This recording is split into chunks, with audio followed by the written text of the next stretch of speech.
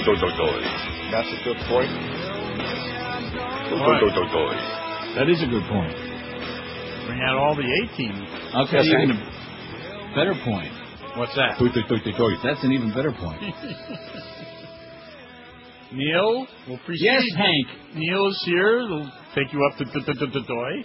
Yeah.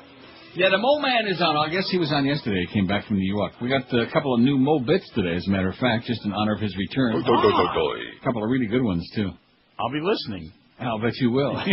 More problems in London, by the way. Yeah, not so good over there. See, there's only bombas pequeñas, little bombs. Nobody dead yet. But they've evacuated all the subway stations, and I guess another incident on a bus.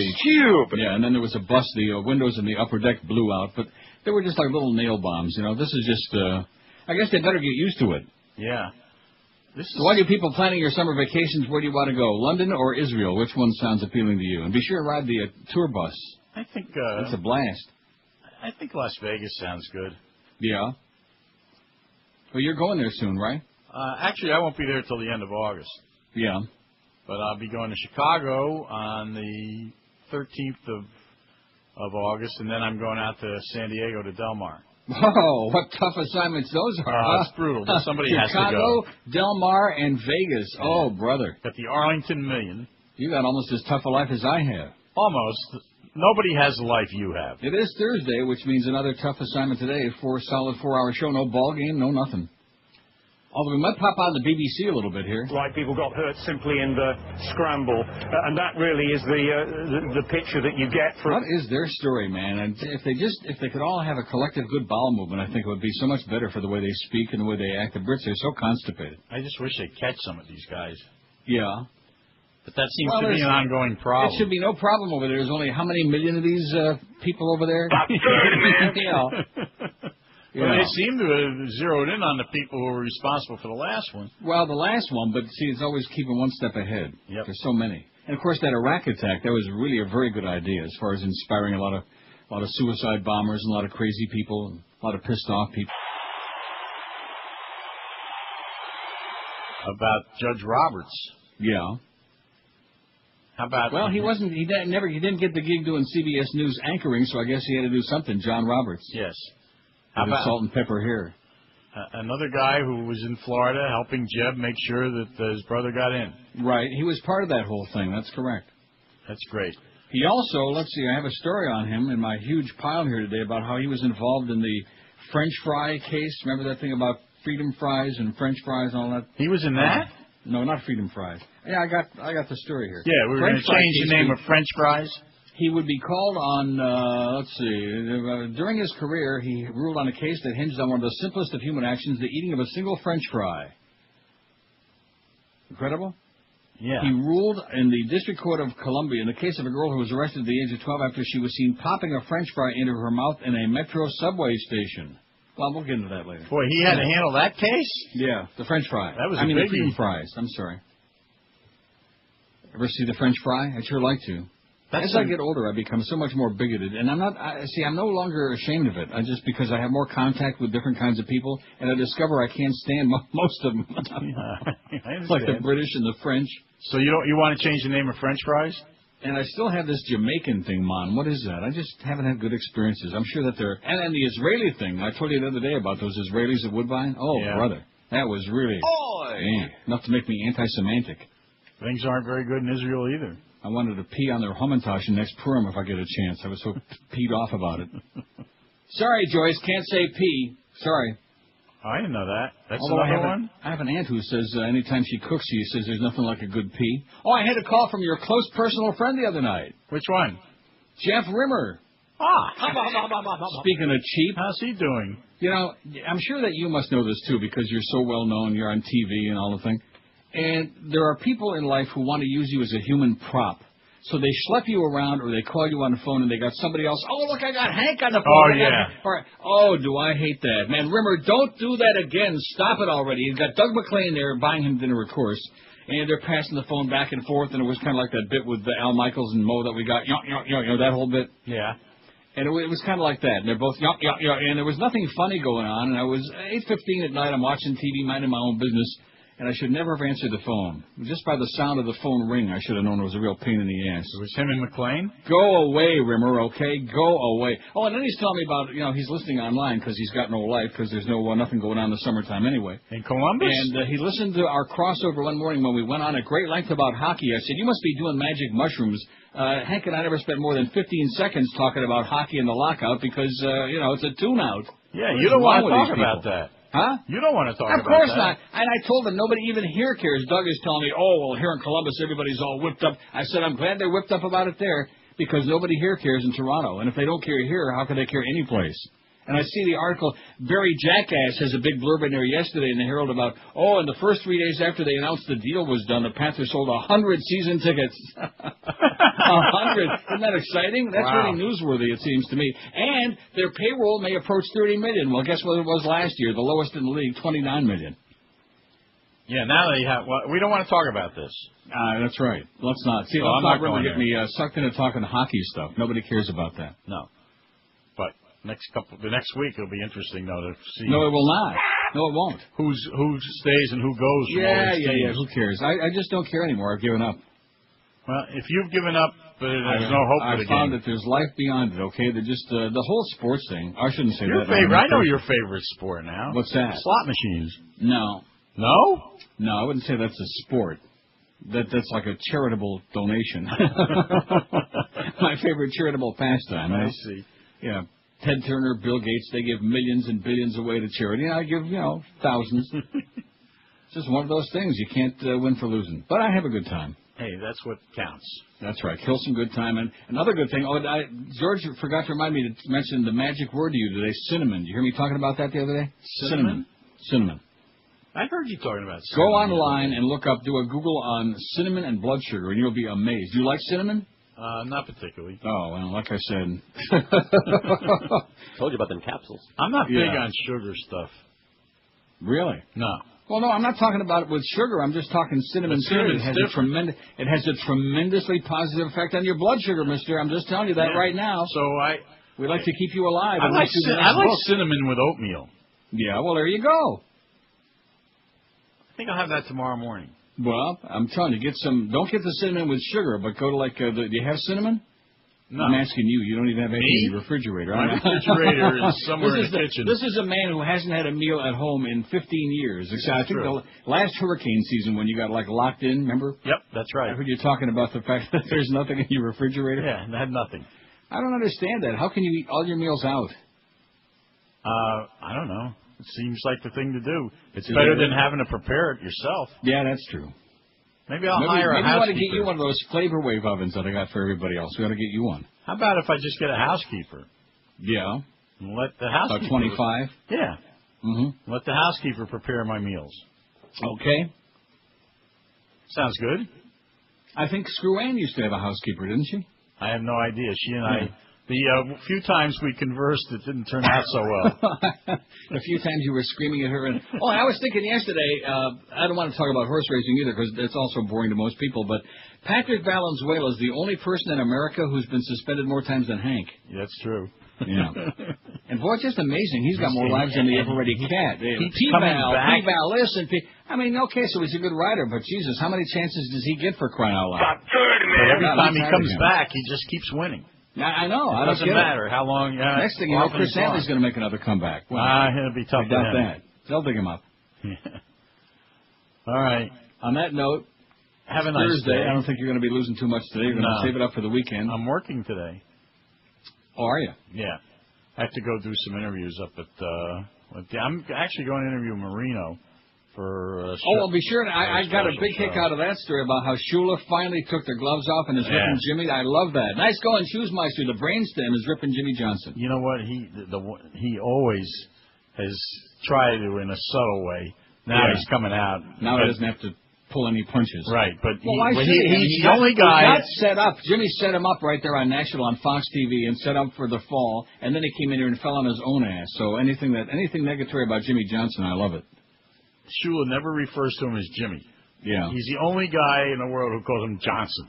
He won't call him by his first name. Yeah. When he refers to him, it's Johnson. Talk about a great hate, man. Just unbelievable. It's the stuff that goes on in that organization, man, under the surface that most people never get a chance to really peruse. It's really grotesque. A lot of hate. Yeah, like sort of like the radio station. Yeah, kind of like QAM. I was thinking just yesterday, gee, what a shame. I'm never going to be able to see Greg again. I'm never going to see him. Why? And then I had a big smile on my face. Well, I'm not coming there anymore. So never? No. You will never set foot in this place again? I will never do another show inside that building. You can bet Greg's life on it.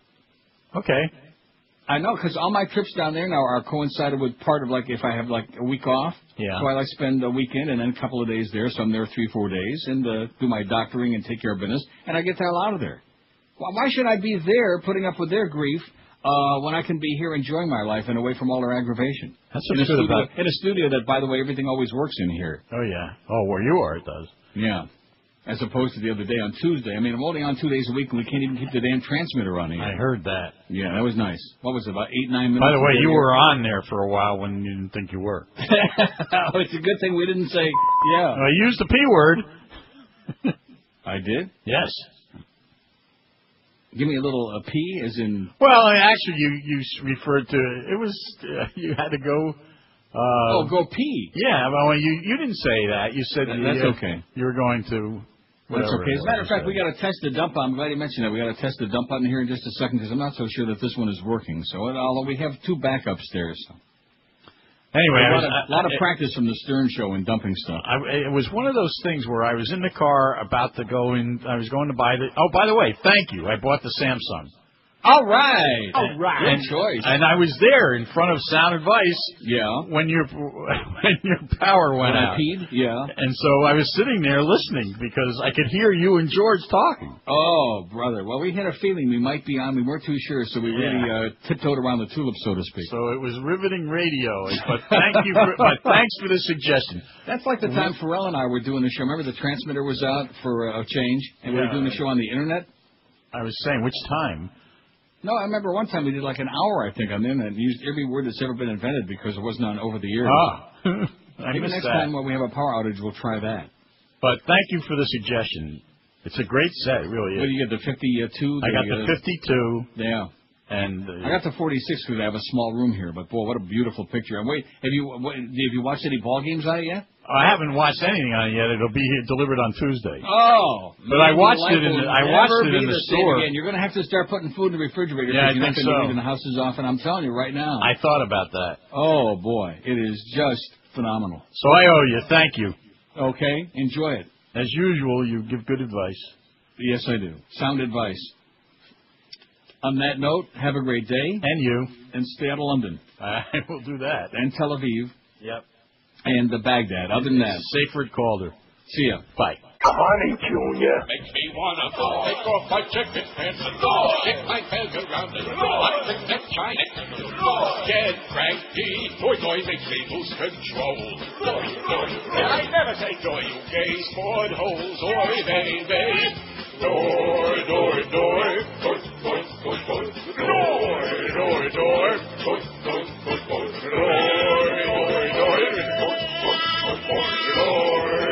door. I squeeze my members, do I then say, yay, yay, makes me feel giddy and so gay. You make me wanna hold my knees real tight and take off my jacket pants and hey, I say, go now. Till I tell you how. So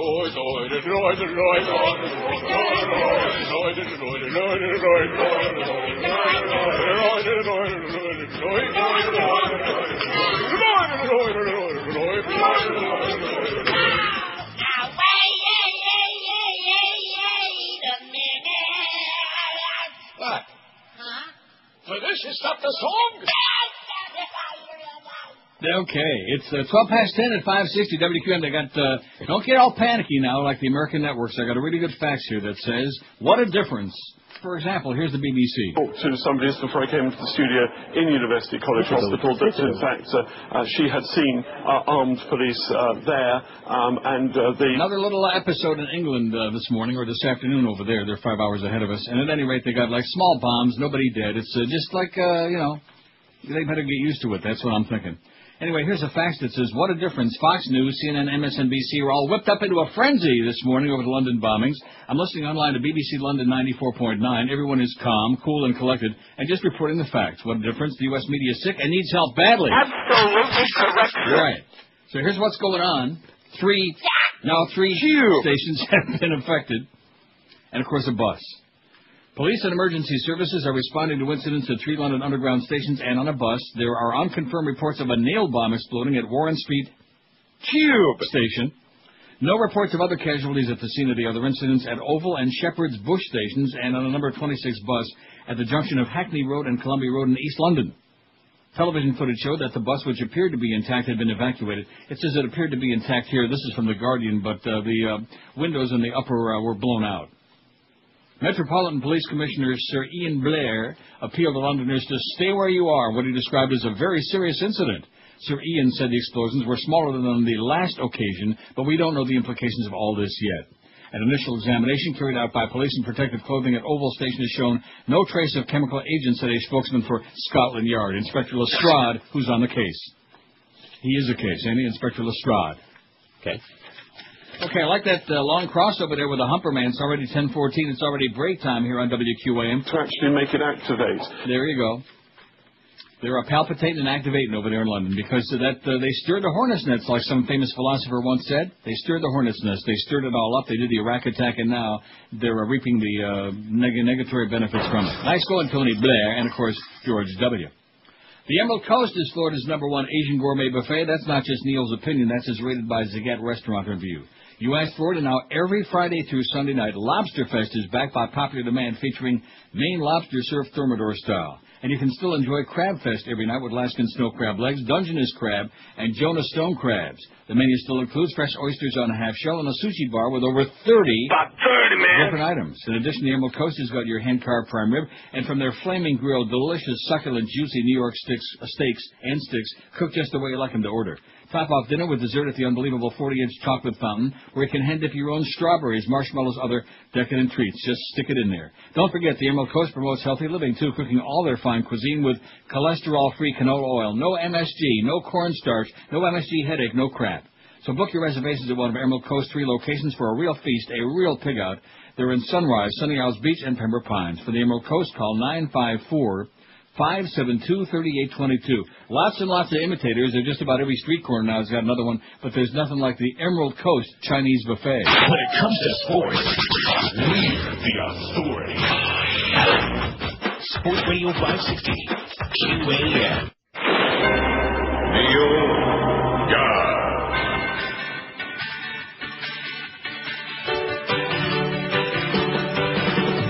Oh, glory, I feel the temperature rising. Fire, fire, it's burning the stars and stripes. Now, they want a brand new amendment to make it illegal if your flag ignites.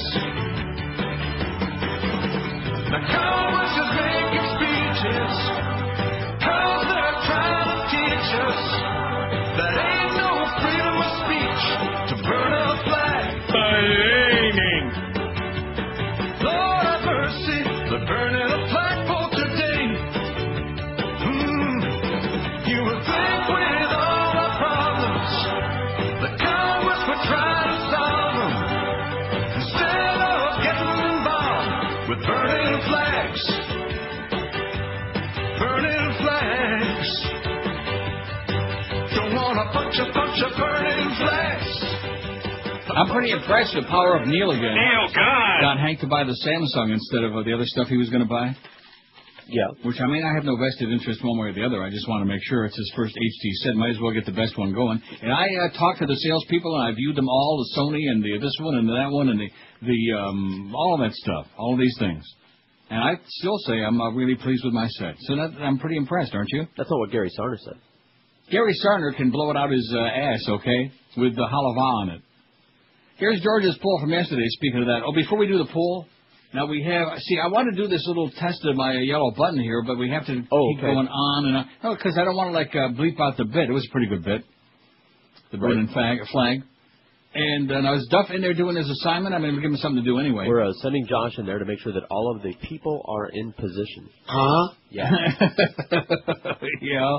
Oh, I see. We have a committee in there to make sure that we're going to, somebody how are we going to know that? listening. Well, we're going to do something. When Duff has got the radio on, we're going to do something like maybe play a song. Who's going to help him find where it is on the dial? Hank. Well, let's give the poll result from yesterday. George continues trying to prove a point to himself, and you can continue. You can take 80 million polls on the same thing. It's not going to make any difference. What you know about gay sex, we could put in a thimble and have room for Duff's ass left over. You fairy. Okay, well, there you go. Exactly. People who have sex. Okay, here's George's poll from yesterday. Will you stop already, okay? Stop with the fixation. If it makes you feel better, everybody's straight, okay? Not me. Everybody's a fag, something. People who have sex almost exclusively with the opposite sex, almost being the operative word in George's poll. And, of course, this is a spin-off of my poll the previous day when George is trying to prove a point. Right. People who have sex almost exclusively with the opposite sex are bisexual at the very least, 413. Can be heterosexual, 246. So about 30% of the audience thinks you're full of crap. Right. And, of course, I know that you're full of crap. Yeah. Are homosexual and in denial, 171, 20.6% out of 830 votes. That was George's desperate poll yesterday to try to prove it himself. No one See, and, agrees of course, with you give me the song to dance about, well, all the straight people in the building agree. Well, of course they're going to say that.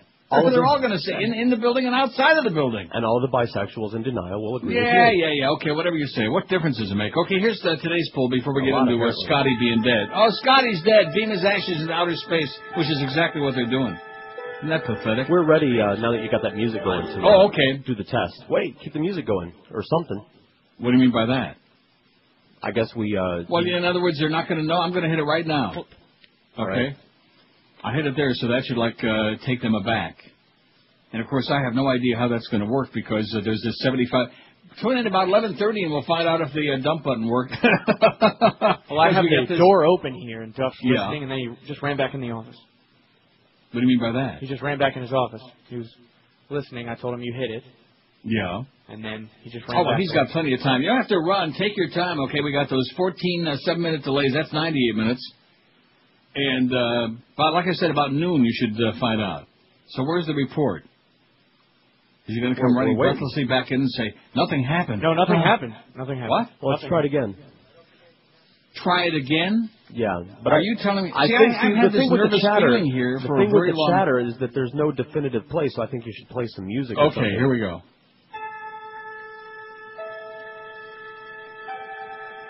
Not yet. We're playing the music right now. Yeah. Well, wait till it gets into the music part and she goes, wow, like that. Well, we can do the narrative. He knows how this goes. Yeah. These are the voyages. Well, actually, it's a good time to do it right now. Its 5-year mission. I'm going to go listen. To explore strange new worlds. To seek out new life and new civilizations. To boldly go where no man has gone before. I'm dying over here. Scotty's dead. He said to hit it if you hadn't already. I beg your pardon, I already did. Oh, okay. And? Well, George is in there listening also now. This is so... I think it worked. I think it worked. It did work. Yeah, I heard it. So in other words, the first time it did not work is what you're telling me. But no, we don't know that. He didn't hear anything different, but I heard something different when I went in there. Okay. I mean, we could do it again to be sure. I'm just going to keep hitting it. How's that? All right. All day. As Neil takes a dump right on the air. Joyce won't be too happy about that. Anyway, so I'm glad that it worked, and that's good. I'm just going to hit it really squarely. In fact, when I hit it, I'm going to, bang on it. Like that. Remember those days when we had that equipment problem? Do I remember? I was banging on this counter here. Man, banging on it. Anyway, now, how do you say his name? Does anybody officially know? Because it's embarrassing when somebody dies. Average it out. Huh? Average it out. Actor James Doohan, although I think it might be Doohan. How you doing, Scotty? I'm dying over here. Oh. Actor James Doohan, who transported the crew of the Star Trek television series through space on the command, Beam Me Up, Scotty, died at the age of 85, his agent said. That's plenty old enough. While the closest Doohan came to orbit was playing engineer Montgomery Scott on the earthbound set of the Starship Enterprise, his wife, Wendy, plans to set the actor's ashes into space, according to his agent. When in doubt, they're going to ship those ashes out.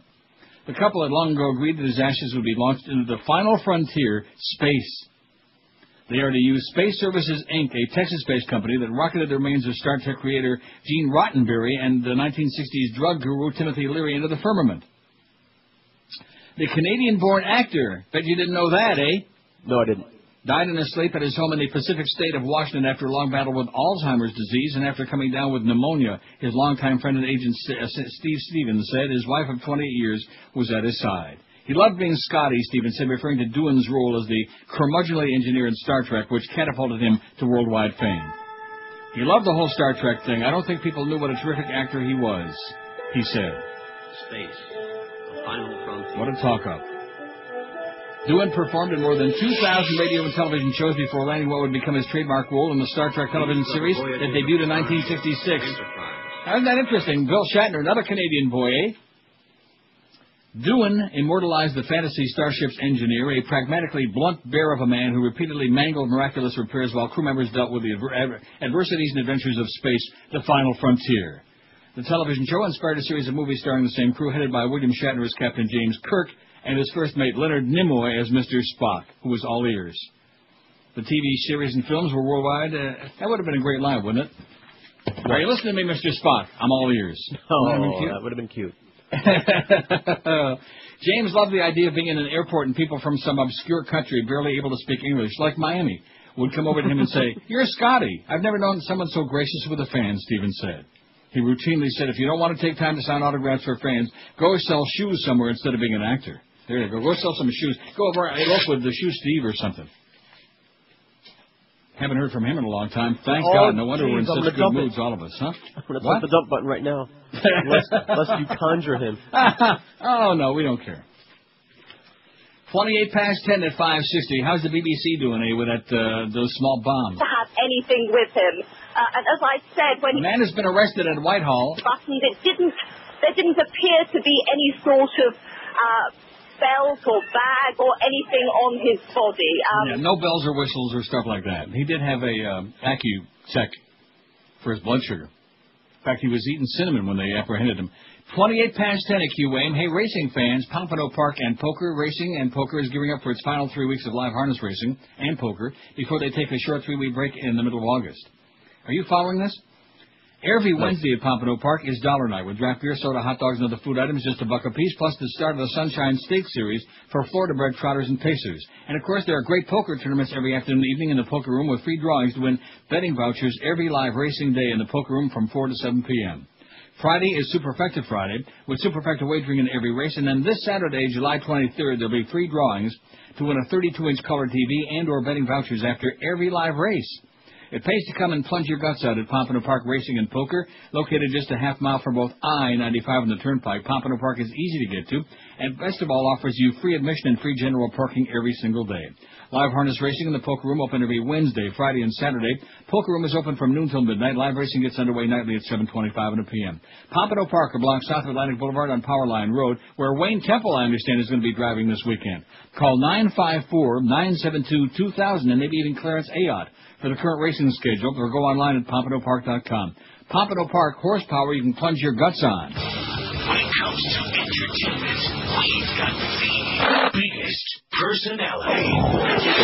Rogers, Sports Radio 560. QAM. This is the Mohawk Dignity, live from New York.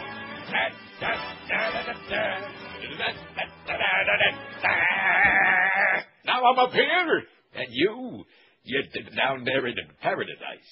We're broadcasting from the plushly printed abandoned studios at WMCA New York, former home of the good guys. WMCA,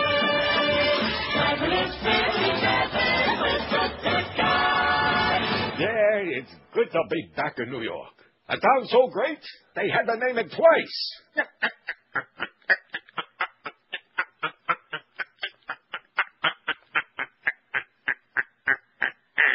Come on, let me give you a tour. Over here is where Toot Shores used to be. And over there is the Grand Concourse, where you can get shrink-wrapped sneakers. And that there's Canal Street, where I first got raped. Now, if you look over here... There he is. Hey, George, what do you say there, Mo? You come back to pay your thing? Oh, no. Now I remember why I left. Yeah, hiya, fellas. I gotta get out of here. Get back here, deadbeat. I said you don't get his thing. Go back to bother. Yeah, clear out. Leave me alone. Don't bother me. Get back here. We just want to talk to you, that's all. I gotta find a place to hide. I'll duck into here. That was close. They'll never find me in here.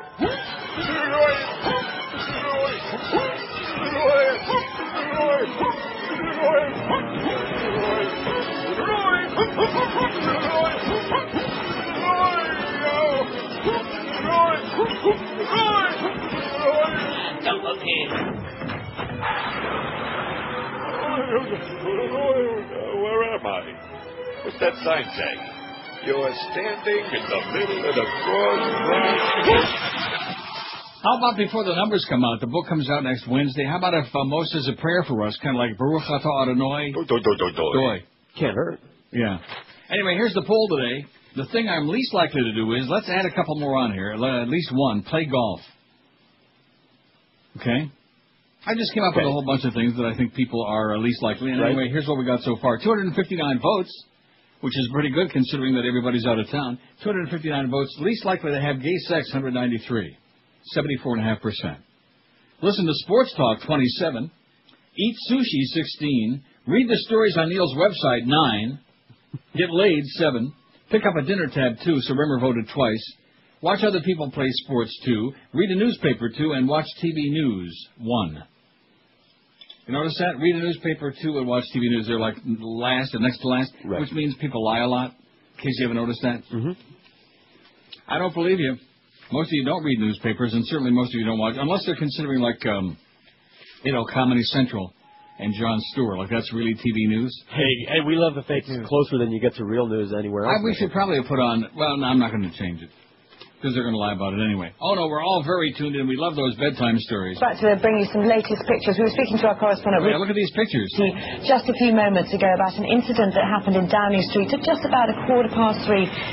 There you can see... here's another good one from Joey in downtown Miami. Vote Republican. I like that. Play golf and vote Republican. Inside the gates to Downing Street.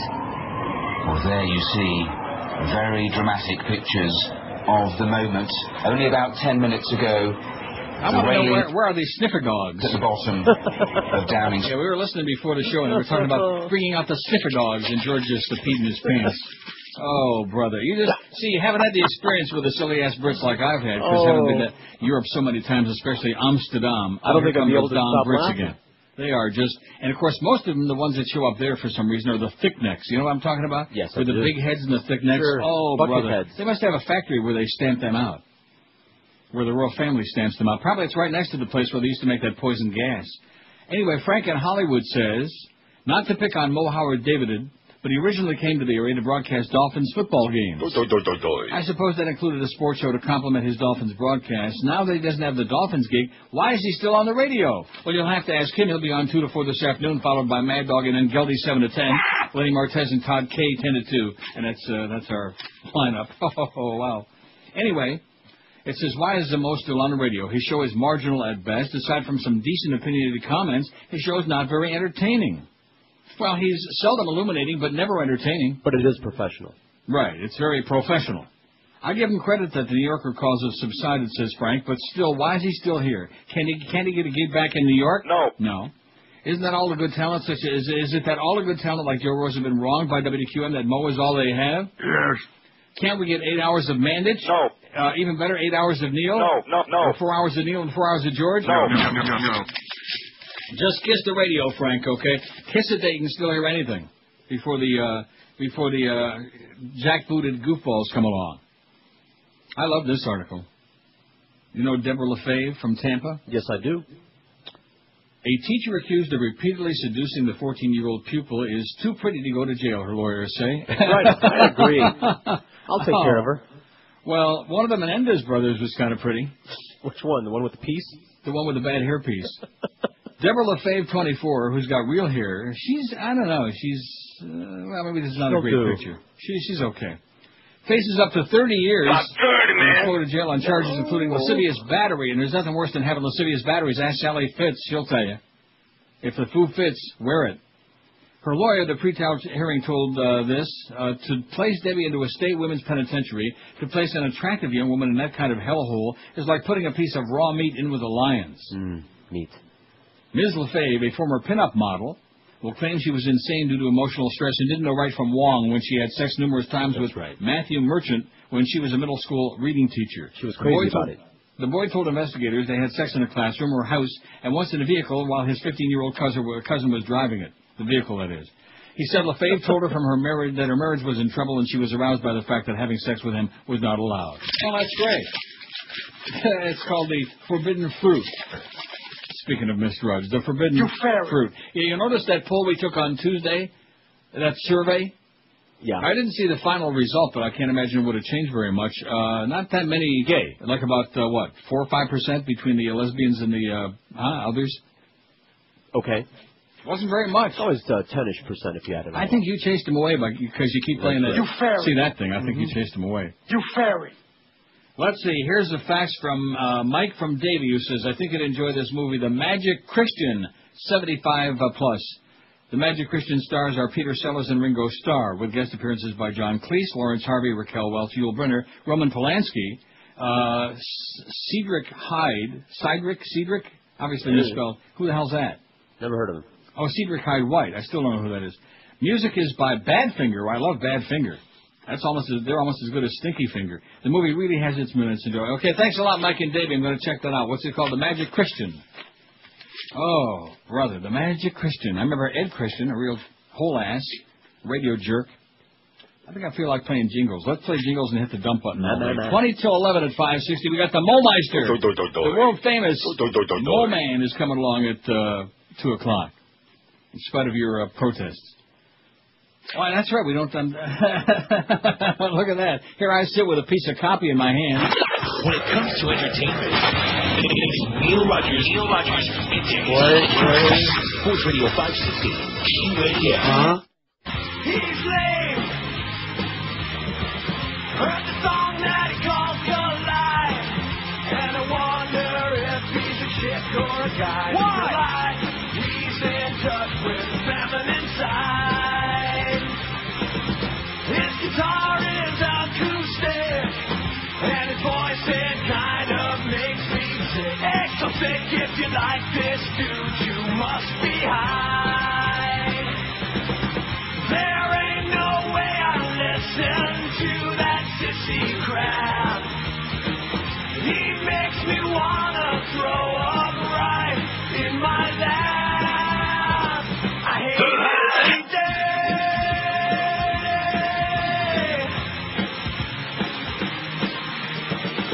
I haven't heard one of his songs that I like yet. Maybe that's just because I'm not effeminate. Like that girly Howie Day. You fairy. 10:46, 14 before 11 o'clock at 560 WQAM. Happy Thursday, July 21st. Is everybody happy? Yes. Smiling? Yes. Oh, there's Australian Prime Minister John Howard. Be about in the city of London. Oh, there he is with Tony Blair. And they're pontificating and eraculating and talking crap. Okay, now I know we're going to get a lot of really good calls today, and probably we left some things off of this poll, wouldn't you think? I'm sure. People that have something that they absolutely wouldn't dream. I got 2 more for you. 2 more? No, I got 1 more. Go to the racetrack. Okay. Okay? We'll put it on. Yeah, all these things that people would just never do, and that's the majority of people. WQAM, hello. Hey, Neil, how you doing? Yeah. Yes, sir, great. Yeah, I have a suggestion for the poll. I'm surprised it isn't there.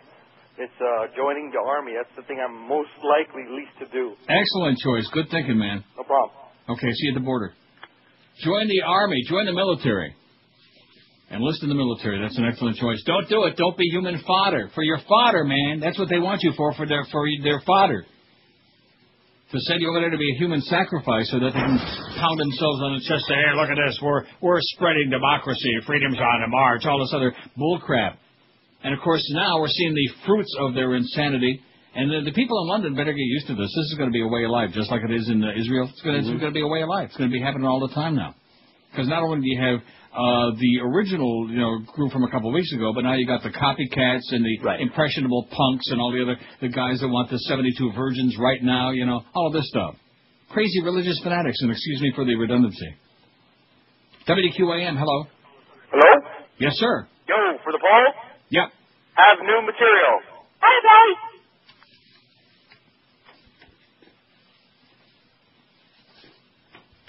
Just to be on the safe side, I'm hitting him several times now. That's just pathetic. Didn't he die yet? No, we had talks about him. Who's we? Me and his friend. Yeah, his fat friend? Yeah, and? Said he was going to do something about it. Yeah, well, evidently he hasn't gotten around to it yet, okay? His fat friend who lies a lot, who wants to meet my good buddy. Hey, Jeff, hi, we all wish you would die, okay? Tell you that right now. And that's not just shtick. That's not on the air shtick. We wish you would die a horrible, wicked death. In fact, just take his fat ass, take away his walker, and just dump him down those back stairs there, okay? Tell him it's a fire alarm. Here's line 9. Hello. Wow, 2 for the price of 1. 567-0560. In fact, we could roll all 3 of them right down the stairs together. Just tie their asses together would be a good idea. We could place bets on who's going to hit first. Yeah. We could use Fat Boy as the anchor. WQAM, hello. Neil. Yes, sir. How you doing, sir? I'm doing great. I was just thinking of the Revolutionary War we had here in America when we wanted to get away from England. Yeah. If I remember correctly, the French came in to help us after we already started the war. Not the French came in and said, hey, you guys don't want England here, we'll start a war for you, and maybe you'll be a part of it, much like we're doing over in Iraq. And on top of it, the French came over and helped us, and there was no oil interest. I mean, a lot of little boys, but that was about it. But I was just thinking that the United States needs to kind of get their priorities straight. If they're going to help a country be independent, they want to spread democracy, why do they do it where the country itself has already started that? This business of spreading democracy, that's like when the British were doing the, take over the world routine. Oh, we're spreading democracy. What a bunch of that crap. It's called occupation. It's called illegal invasion is what it's called, and have a nice day. Same-sex marriage bill becomes law in Canada, eh? How do you like that? Oh, my God. Voters will punish the federal conservatives if the party resurrects the gay marriage issue in the next election. Same-sex advocates warned as a bill legalizing gay and lesbian marriage became law in Canada yesterday. How's it going, eh? You fairy. Supreme Court of Canada Chief Justice Beverly McLaughlin gave the Queen's consent, well, all the Queen's consent, to Bill C-38 yesterday, making Canada only the 4th country in the world to legally allow same-sex couples to wed. She was acting on behalf of Governor General Adrienne Clarkson, who's recovering from surgery. Yeah, they have a Governor General here. She's like the Queen's representative. And obviously she's very concerned about the Queens. Supreme Court judges are traditionally called upon to give royal assent to legislation if the Governor General is unavailable. Alice Munter, national spokesman for the group Canadians for Equal Marriage, said passage into law makes him proud to be Canadian. Feeling pretty good about it, eh? And they do say that, by the way. They do I know. say. That's not just a joke. That's not just something from, I thought some it was. cartoon. It's not. They say it. Good luck, eh? It's a good machine, man, eh? I feel enormous pride living in a country that values all of its citizens and puts equality and human rights in the center of its law, he said. That center spelled C-N-T-R-E, of course. Conservative leader Stephen Harper, a real full-fledged card-carrying Nazi, has vowed to bring the law or an amended version of it back to the House of Commons for another vote should his party form government. That would be a mistake, argues Munter. All of our political leaders need to show leadership, and leadership means trying to bring people together, not trying to find ways to drive people apart, which, of course, is the speciality of the day, every day, of the right wing, both in Canada and the U.S. and all around the world, eh? In its ordinary sense again, avoiding the scenes. I can say the Victoria line is still closed, the Hammersmith and City line is still closed, the Northern line is still closed. Well, jolly good. Okay, here's the thing. The least likely to do is, here's the poll so far, we got 301 votes. Have gay sex, 220, 73%. Listen to sports talk, that was my vote, 28. 9.3%. I'd rather have go out on a date with Maddie Bell. Oh man! Than listen to sports talk. I'm serious. I'd rather go on a date with Alistair Crane. Who? Like Teresa. Oh, you don't watch Passions. Would you get with it? Listen to sports talk, 28. Oh, and that's another one for the poll. Watch a soap opera. Okay. I see a lot of guys, especially out there, they don't realize that a lot of shows that they watch at night and used to watch at night, that they really are nighttime soap operas. But don't confuse them with the facts. The format's different anyway. I see. Listen to Sports Talk 29. Eat sushi 17. I will not eat anything that's looking back at me. Read the stories on Neil's website, 10. Get laid, 8. Vote Republican, 6. Join the military, 5. That's moving up fast to the east side. Play golf, 4. Pick up a dinner tab, 2. Rimmer voted twice. Don't call me anymore, Rimmer. You're getting on my nerves. Quit putting me on display on the phone. Oh, here's Neil. Let's call Neil. Do you know people like that? I used to. That's right. You already told me your mother does that. I can't stand that. They schlep you around. Usually, You're a prop. Like a human prop. You're like a prop. Craig Worthing used to do that to me all the time. We'd get in his car and go to be going to eat somewhere. And sure enough, I got to stop off and see my mother. Somebody. He didn't have to stop off anywhere. All he wanted to do was like put me on display. So, here's Neil. Here's Neil. Take a look at him and weep, if he can stand it. Smell him. He smells pretty good. Peruse him. Pick up a dinner tab, 2. Watch other people play sports, 2. Watch TV news, 2. Read a newspaper, 2. And go to the racetrack we just put on there. There'll be plenty, believe me. WQAM, hello. Yeah, how about go hunting with Ted Nugent? Excellent, Joyce. WQAM, hello. Good morning, Neil. Yes, sir. The one thing I would never do is believe anything this president or his administration ever say. Okay, thank you very much, but it's boring.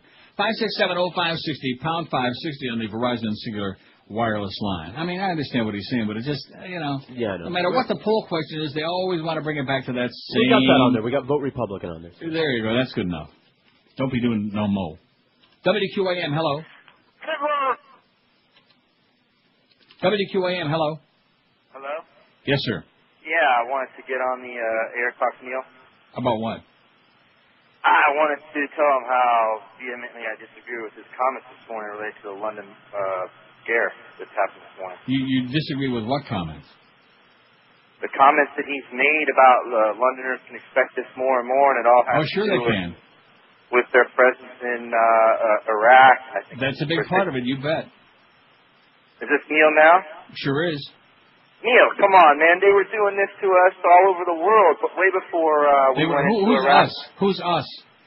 The radical Islamist terrorists that are... Well, let me ask you something. Until 2 weeks ago, how many suicide bombings did they have in London?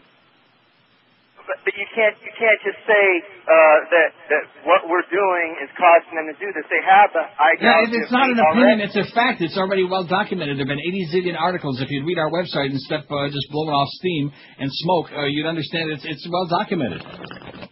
That the Iraq attack, it served as a breeding ground and a breeding reason for terrorism, among young Muslims. I mean, it doesn't take a genius to figure that out. How many suicide bombings did they have there before we invaded? None. Zero. Oh, but it's a hotbed of terrorism. Was it before the Iraq attack? No. Was Al-Qaeda in there before the Iraq attack? No. I mean, you can just continue confusing yourself with the facts, pal, but it's just the way it is. They were opposed to it's an ugly situation. What they've done is, like that philosopher said, stir the hornet's nest, man. They've given them a reason to be, they hate us like poison. More of a reason. Well, that's right. As a matter of fact, speaking of that great Iraq attack, and I mentioned this on Tuesday, but there's a little bit more to it. Almost 25,000 Iraqi civilians have been killed during 2 years of war and the insurgency.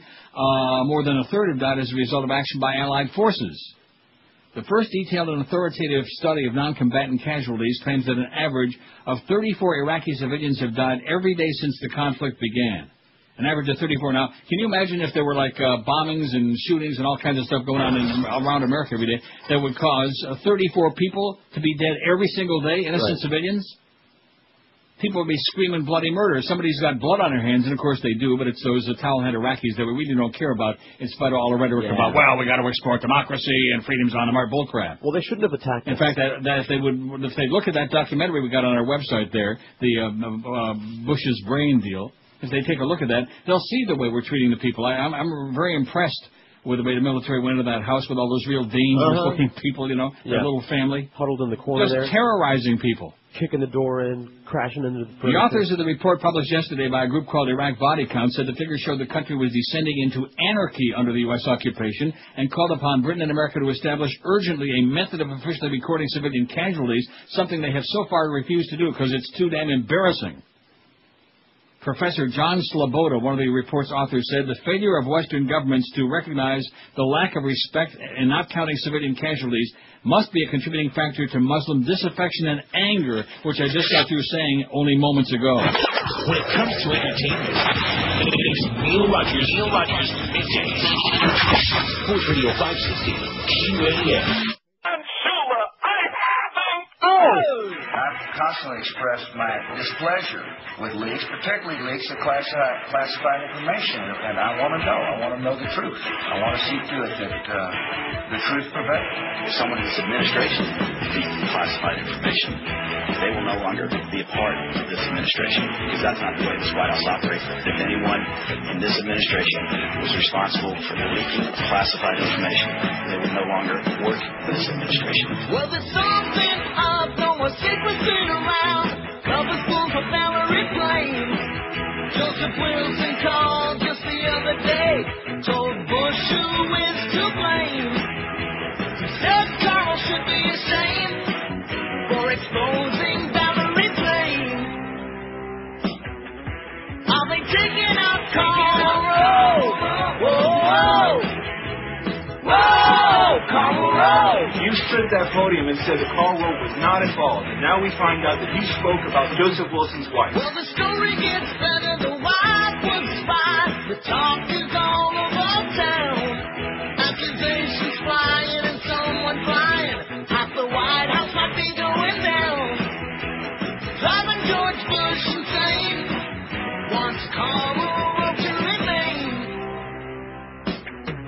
Are they taking out Karl Rove? Whoa, whoa, Karl Rove. That little turd blossom to you. Whoa, Karl Rove. The president expects members of his administration to adhere to the highest ethical standards. I think they got the first part of that right anyway. Turd blossom. That's Bush's nickname for Karl Rove. By the way. Really? You know that? No, I didn't. Oh, yeah. That's what I've heard. I thought it was It's 11:02 at 560 WQAM. Happy Thursday to you. I can see we got a real skeleton crew in town right now. And you notice the ones who are left over? Yeah, I know. Yeah, and that's what we got left. 5670560, pound 560 on the Verizon Singular Wireless line. There's Tony Blair. This suddenly began in the past couple of years. The roots of this were deep. Yeah, the roots are deep, all right, in your rectum. WQAM, hello. I'd rather go to the Army before I buy Dolphins season tickets. Oh, I like that. The thing I'm least likely to do is buy Dolphin season tickets. That's excellent. We'll put it on there. And let's put it right on there. Oh, that's bad, though, but that's our Dolphins. Yeah, that's your Dolphins. Your Dolphins. We'll get to that thing about the brainstem, the Shoesmeister. That's really good. Let him have it, Don. Sticking it to Jimmy Johnson, one of the biggest phonies who ever came down the pike. I kind of like treaded lightly on that story when I was talking with Hank about it during the cross-dress thing there. Because, you know, Hank used to do that coaching show all the time, so we had to suck up to Jimmy Johnson all the time. So I'm sure the two of them are pretty tight. WQAM, hello. Hey, Neil. How you doing? Yes, sir. Hey, how about purchasing women's feminine hygiene products, or putting down the seat in the bathroom, or even, what else? Oh, taking out the garbage. Well, I'm glad that it's one answer covers all. No. Nice try, though. He was really reaching for it. Speaking of garbage. Everything. 5670560. I thought he was going to talk about wearing ladies' undergarments or something like that, which it sounds like he's got some expertise. WQAM, hello. Neil, how are you? I thought you'd Great. get a kick out of it. Last night I was listening to Phil Henry for a little while, and he said, listen, at least I don't steal my bits on my best of CDs, bits that aren't even mine. Yeah. So, well, I just thought you'd get a kick out of it. He was talking about you. I thought you... well, what does that mean? On our best of CDs? We never put any of his bits on our best of CDs. Well, I know. That's why I'm calling to let you know. Give him hell. I don't care. Oh, give him hell. Yeah, like I really care. Who cares about Are you sure? Phil Henry, okay? Desperate. Total sellout. In fact, that goes to show how boring it must be in South Florida this time of year. Here's a punk that was listening to Phil Henry last night. That's boredom. Okay. WQAM, hello. Neil, I would never listen to Golden during hockey games. Okay, boring. WQAM, hello. Hey, I have one for your poll. Yes, sir. Watch another movie with that fat-ass bitch, J-Lo. Watch a J-Lo movie. Okay, well, you got a lot of company with that. Yeah. Right? Watch a J-Lo movie. Okay. U.S. puts Canada in time crunch, eh? Canadian business leaders fear major economic disruption if this country doesn't get in step, meaning Canada doesn't get in step with an American move to extend daylight savings time. They sure did that very quietly, you know. Have you heard anything about it? Huh? No. See? Yesterday, the U.S. Congress quietly adopted a provision to extend daylight hours by 2 months after proponents argued the scheme would help curb energy use by cutting back on the need for artificial lighting in the evening.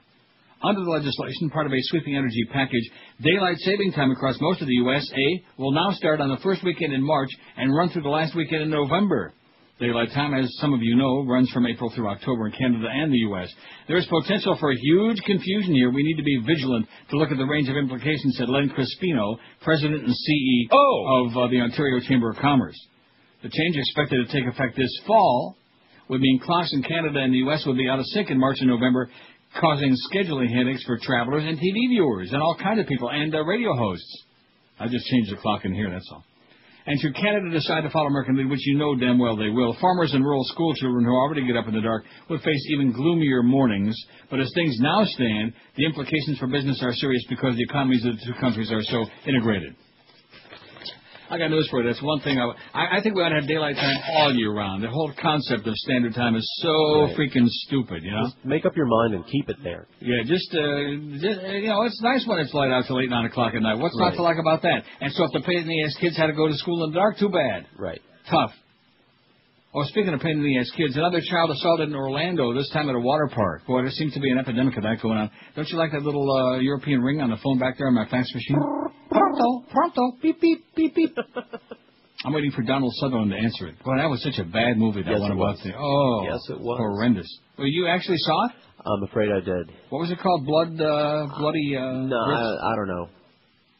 Something. Down his arms and then fled away, and that is how you disarm someone you suspect to be a suicide bomber. Most critically of all, of course, making... There you go. There's the Brit policeman. They got that man arrested, assumed to be a suicide bomber.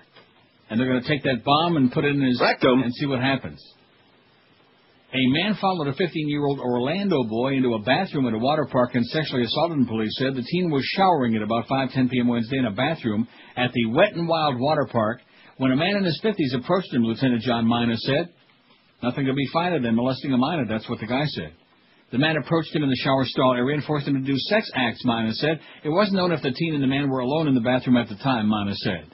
The man wasn't caught. The boy reported the incident to his mother, who alerted park security. A former middle school teacher allegedly followed a 12-year-old British girl into an Orlando hotel elevator and sexually assaulted her on Monday. Karl Moore, 36 of Kissimmee, please, was charged with attempted sexual battery, false imprisonment, and lewd molestation. These were in the process of gathering material. They hope to gather a lot of forensic material. He described it as a very worrying development because he said it was an attempt, or it could have been... How come you're faxing me the schedule again? Because it's revised again. Do I really care about this? What is wrong with these people? I know you've got a lot of Quislings running around in that joint on a payroll who are just, using up a lot of money in space. But just leave me. Stop wasting my fax paper with such caca, man. Important stuff. Yeah, important stuff that we got. I'm telling you, look at that. Lenny Martez and Todd Kay next Thursday. We got some of the most embarrassing stuff on the air of any radio station in history. Am I right about that? Absolutely correct. Holy cow. Nice going, Greg.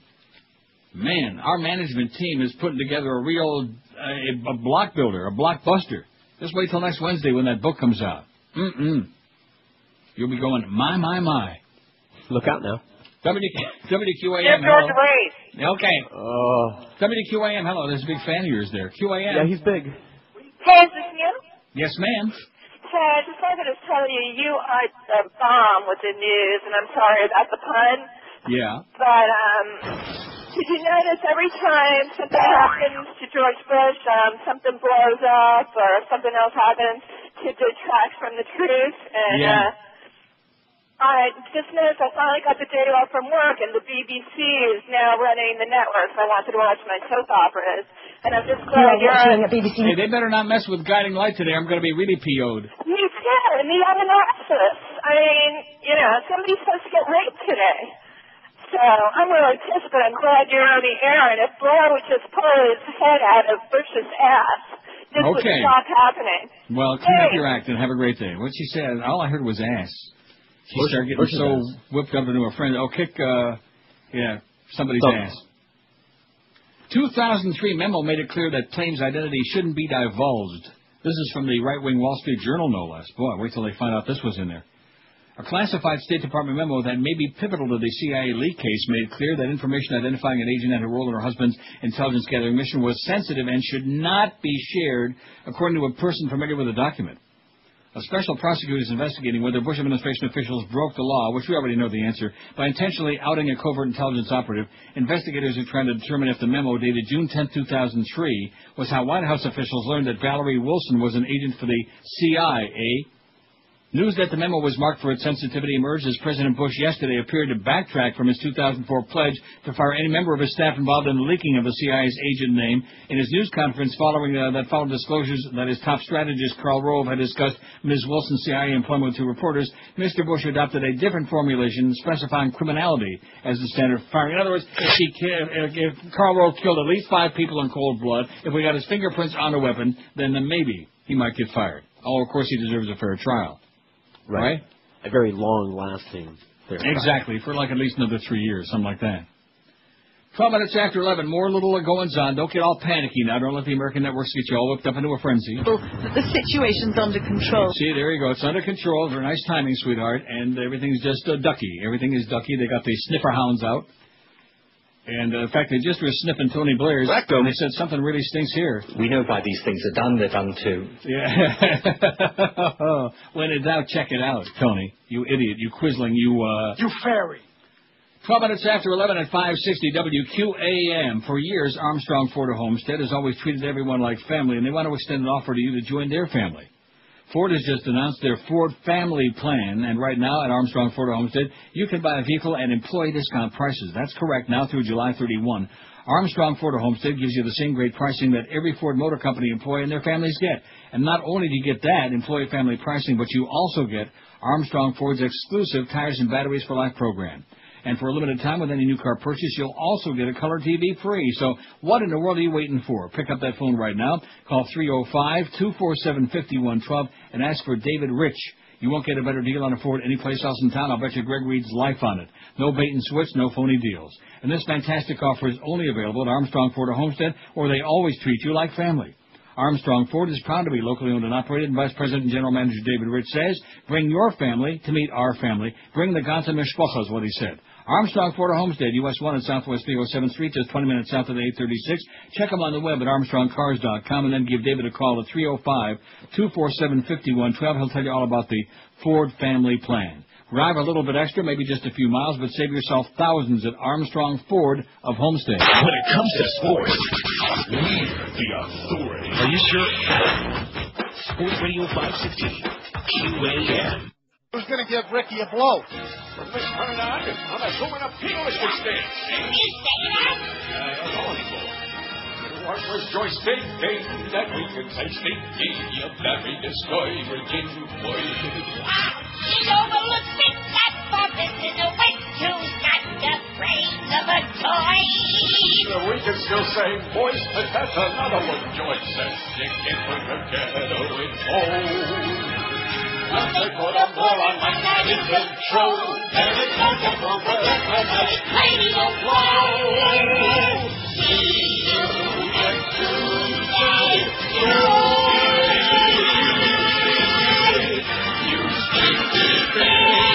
Oh, yeah, we love you, Joyce. You know, I just got to play this again. Makes me want to go. I got my jacket pants and roll. Take my bag around the roll. I pick that giant roll. Get cranky. Boy, makes me lose control. I never say door, you gay sport holes. Oi, baby. Door.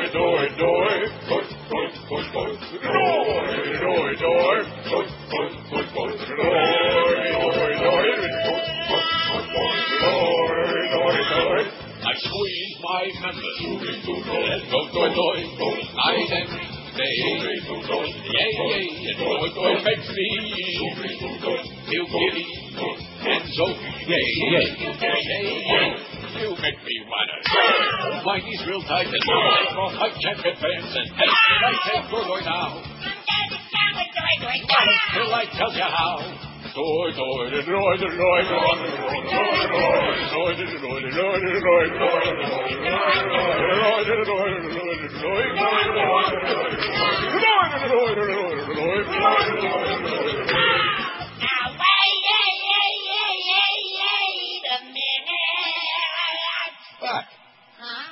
For this is not the song. 11:19, we got Geldy tonight at 7 o'clock. Any interest? No. Well, we got that hockey thing going. In fact, they're still working on it, and they're voting, and they're this, nobody cares. Americans believe Iraq war makes them less safe, and those people who say that are absolutely correct. If you ask me. Americans solidly oppose a cut-and-run policy for U.S. military operations in Iraq. Well, that would be too embarrassing. Even as they heap criticisms on President Bush's handling of the war and question whether he has a well-thought plan to eventually extract troops from Southwest Asia. They question it. Is there any doubt about it? No. No. Never did, never do. They're desperately trying to find a way out. Nearly half believe the U.S. is less safe from terrorist attack because of the military actions in Iraq. According to the latest survey of over 1,000 adults conducted by the Scripps Survey Research Center at Ohio University, 51% of the survey people said they disapprove of the job he's done as president, while 44% they approved and 5% were undecided. They said, Bush who? They went like, what is like that. But his disapproval ranking rose to 54% when people were asked to specifically rate his handling of Iraq.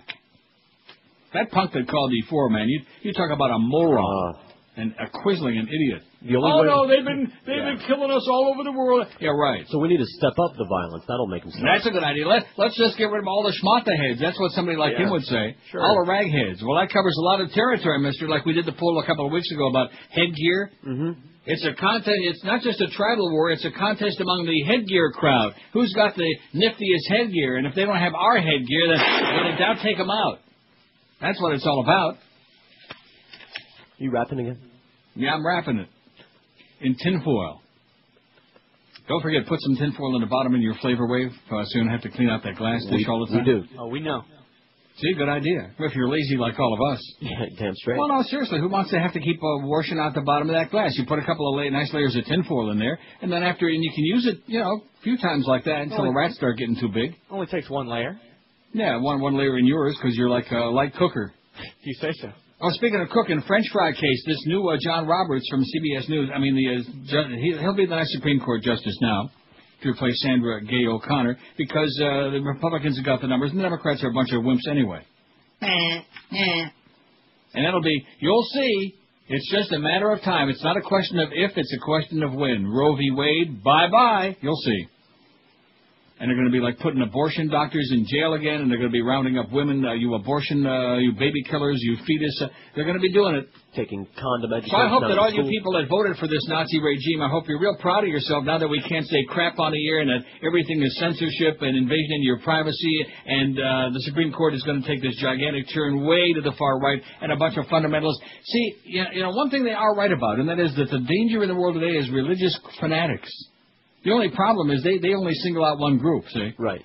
They paint it with a narrow brush. All religious fanatics, including the ones in the U.S., the ones that are running the country now. Crazy people. Like that. Anyway. On the Supreme Court, John Roberts would be called on to deal with some of the loftiest issues of U.S. jurisprudence. During his career in Washington, D.C., he ruled on a case that hinged on one of the simplest of human actions, the eating of a single freedom fry. Last October, Roberts spoke for the U.S. Court of Appeals in the District of Columbia in the case of the girl who was arrested at the age of 12 after she was seen popping a French fry into her mouth at a metro subway station. Roberts, writing for himself and two other judges, upheld the constitutionality of the October 23, 2000 arrest of Anchi Hedgepeth. Her encounter with the Metro Transit Police drew national attention and was frequently condemned as an example of law enforcement excess.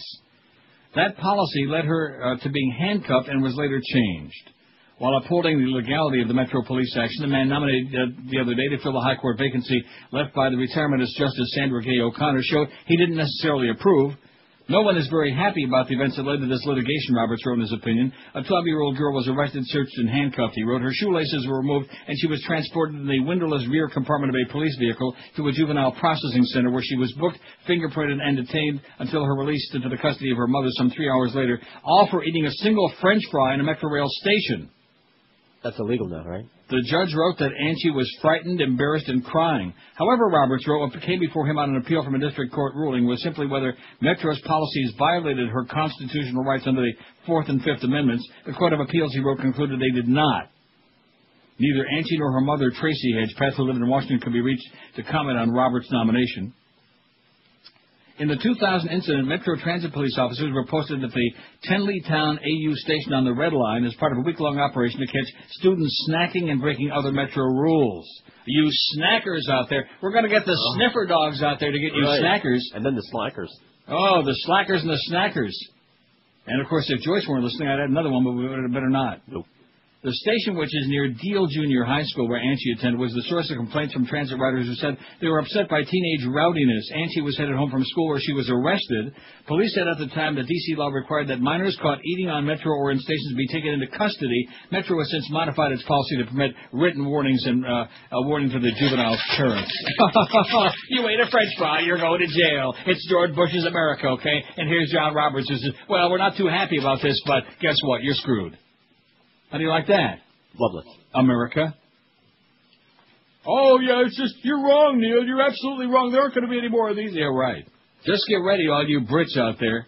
I get the Schmitz thinking about what's going to be going on with them Brits. And as a matter of fact, we won't be hearing that much about these because they're going to become so routine, I'm afraid, that it's going to be like, just get used to it.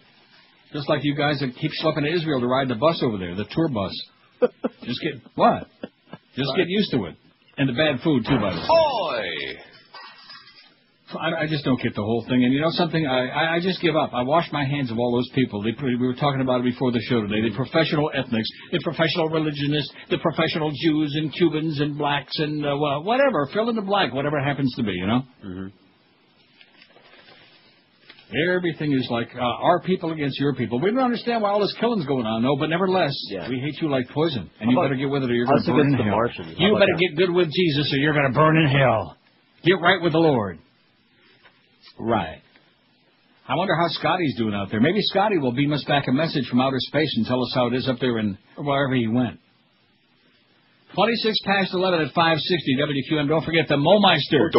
He's coming along at 2 o'clock. Never entertaining, but seldom illuminating. Hey, did you get a good night's sleep last night? Were you tossing and turning all night like Bobby Lewis or Robert Q. Lewis?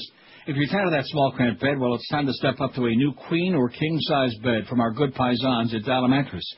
When you call 1-800-MATTRESS, you'll be choosing from Florida's largest inventory of queen and king-size beds ready for same-day delivery. And like always, you still get to choose the date and time when it's convenient for you in any 2-hour window you pick 7 days a week between 8 in the a.m. and 10 p.m., like noon to 2, 1:15 to 3:15, etc. Dial a Mattress carries a complete line of the top names in the business. Sealy, Serta, Simmons, King Coral, Stearns, and Foster Hewitt. Their everyday low prices and deep stock make your shopping a breeze. When you call that number, you'll be talking with an expert bedding consultant who will listen to your needs and suggest the style and comfort level that's perfect for you. And that number, of course, is toll-free, 1-800-MATTRESS.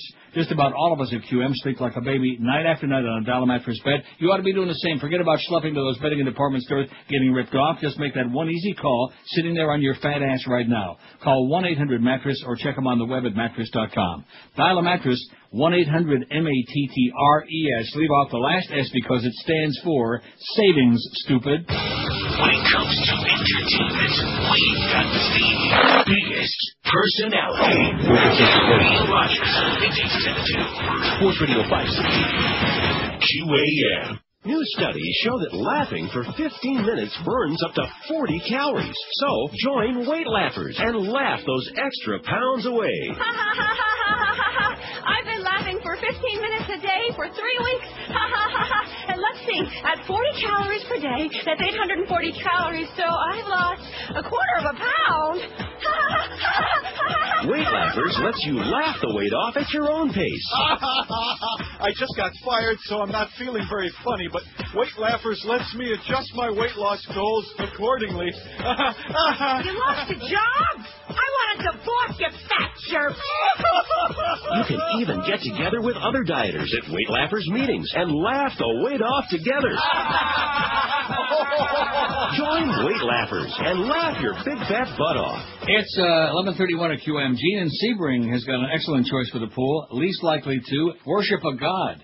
Other than, of course... Neil, God! Got that? Worship a god? Okay. I like that cow god myself. Oh. He also says, I'd like to hear Boca Brian write Hate Wave. To the tune of Heat Wave? Hate Wave. We'll start right on it. Also, I'm waiting for the Doys are back in town. Hey, now. I'm making a list.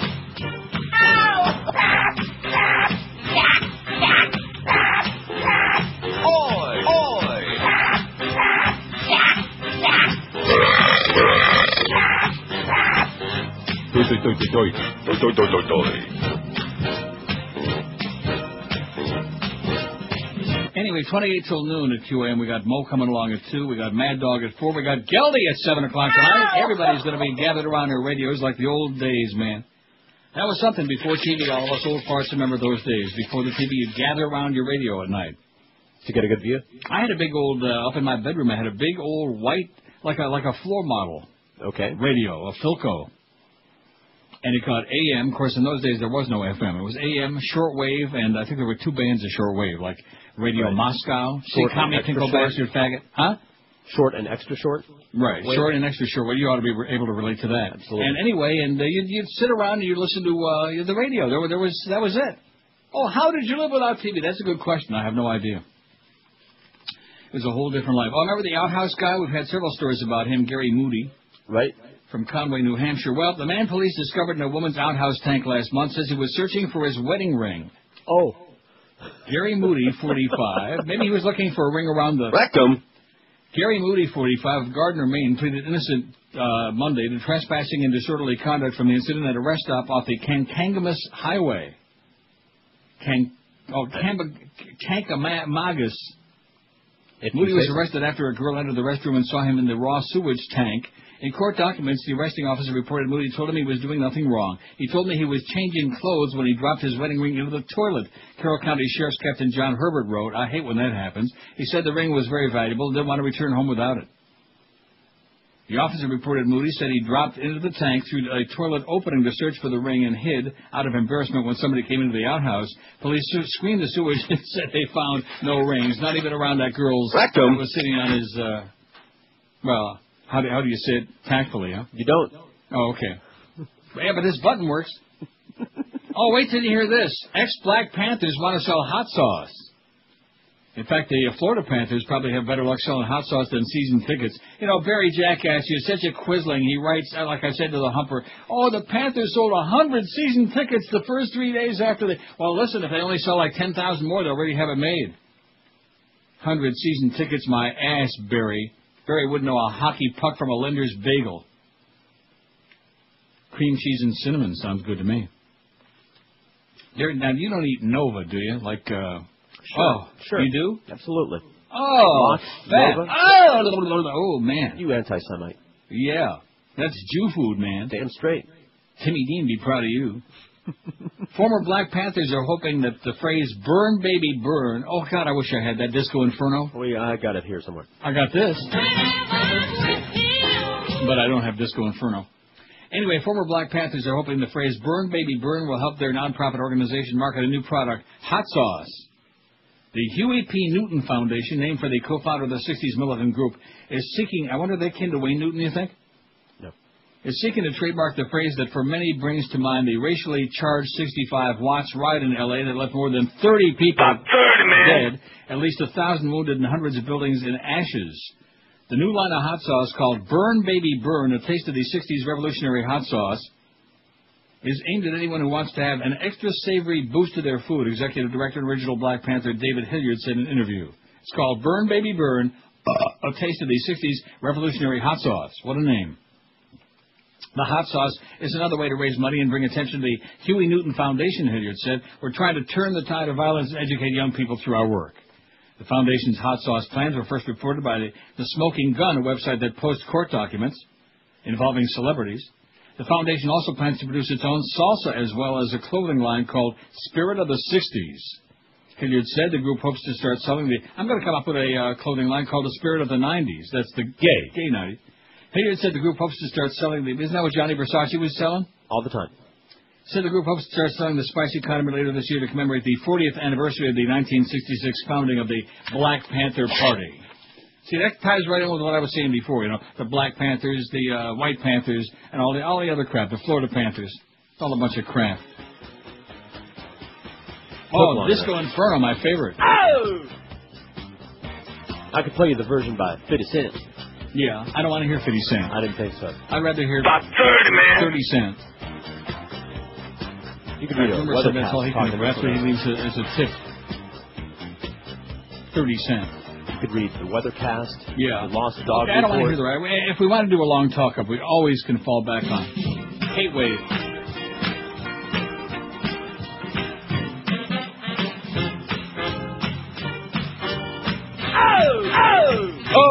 Oh! Okay, that's enough. I better not play that. Hank will have Henry Barrow back on. At 22 months old, Jabriona Terry is a little young to have her own phone, but her mother has discovered her daughter's name listed in the phone book and soon realized an acquaintance had used the girl's social security number to set up the phone service. Now, let me ask you a question. I mean, I may be a little bit slow, but you got 2 kids. Okay.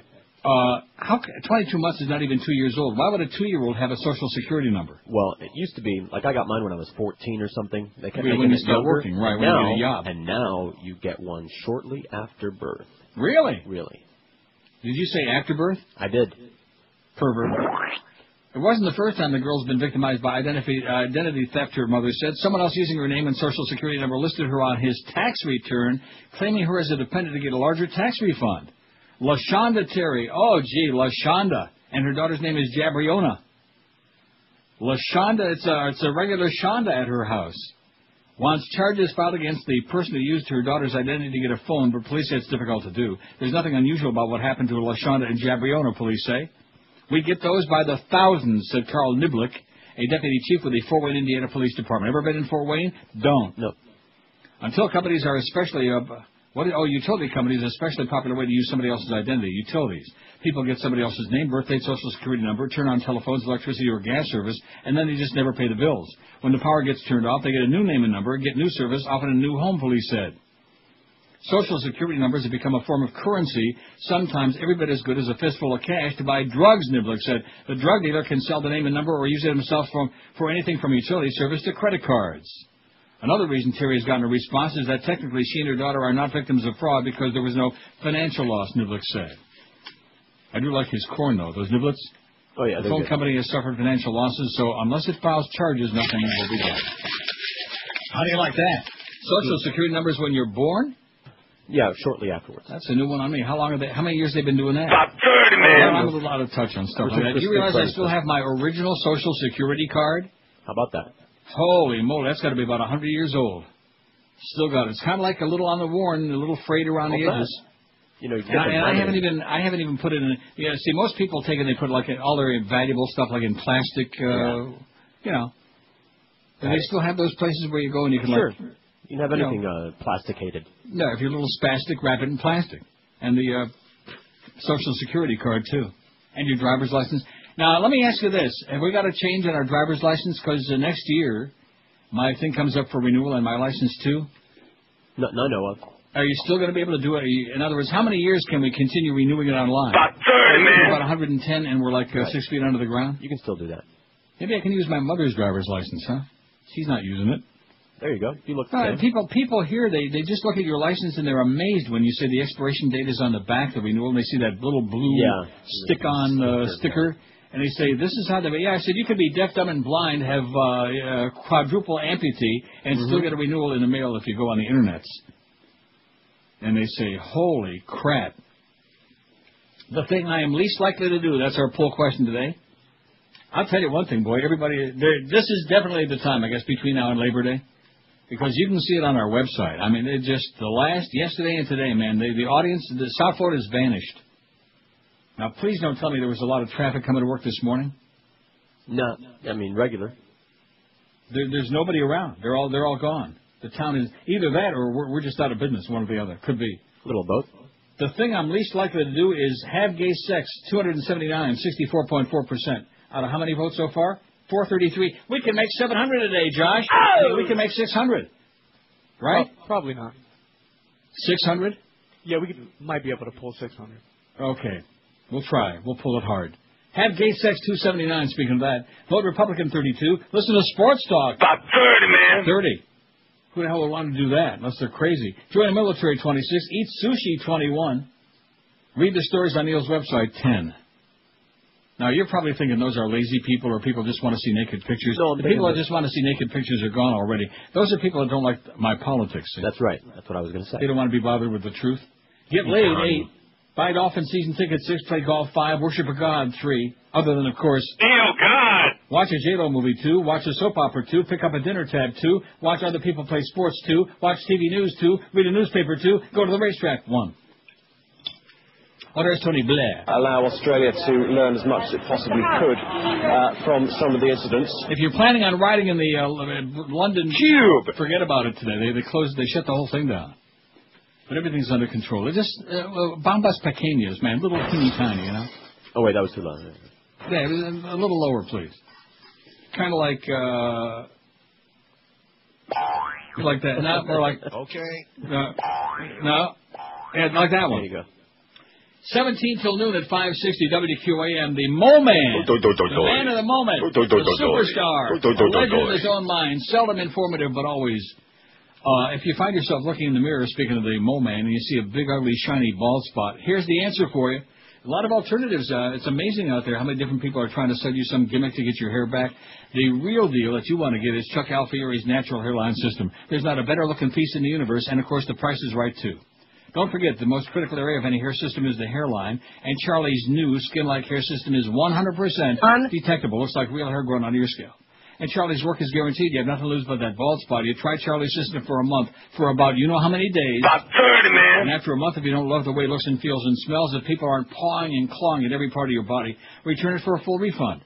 Make that call today. Tell Charlie you heard about it here on the Neil Rogers Show, and Charlie will give you a summer special $200 QM discount off the regular $800 price of the best in the universe natural hairline system. And there's absolutely no obligation. Charlie will set up an appointment for you. You go in there, and they'll sit you down and show you what you can look like, how much better and younger than you look right now. Call that toll-free number and let Charlie get your hair back for you. 1-800-321-2413. That's 1-800-321-2413. Or on the web, it's charlesalfieri.com. When it comes to entertainment, it's Neil Rogers Middays. Sports Radio 560 QAM. Forget Dancing with the Stars. ABC has a new reality show that men might actually enjoy. It's Fishing with the Stars, a celebrity fishing derby with a star-studded cast. Like Academy Award-winning angler Clint Eastwood. Go ahead.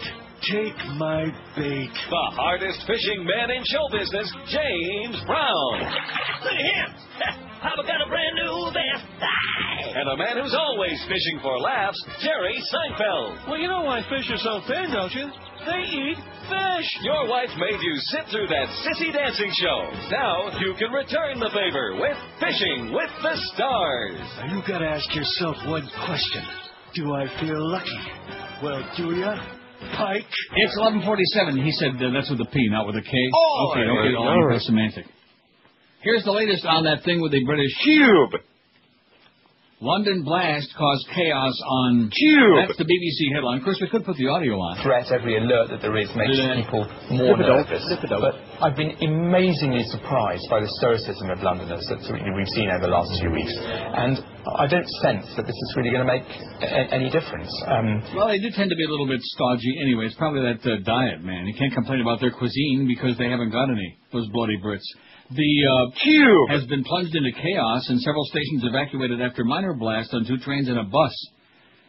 Met Police Chief Sir Ian Blair said 3 Cube lines were suspended, but it was time London returned to normal, he said. The minor explosion, just 2 weeks after the blast killed 56 people, involved detonators only, a BBC report said. There was only 1 injury.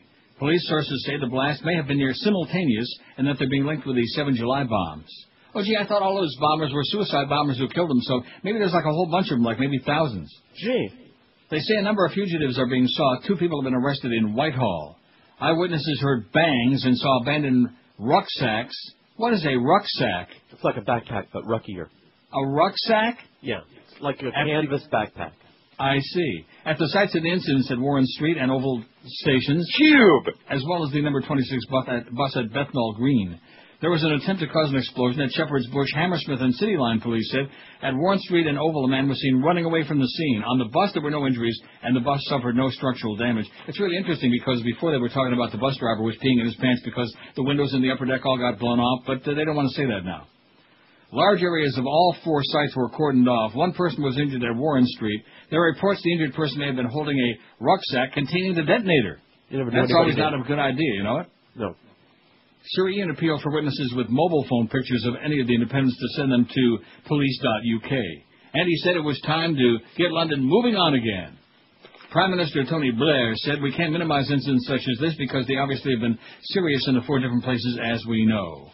Yada yada, and a partridge in a pear tree. Help us. And yourself, how are you feeling? No, not at all. No, it's I don't know. I just didn't realise what's really happened. I mean, we don't know what's happened. What language is this man speaking, man?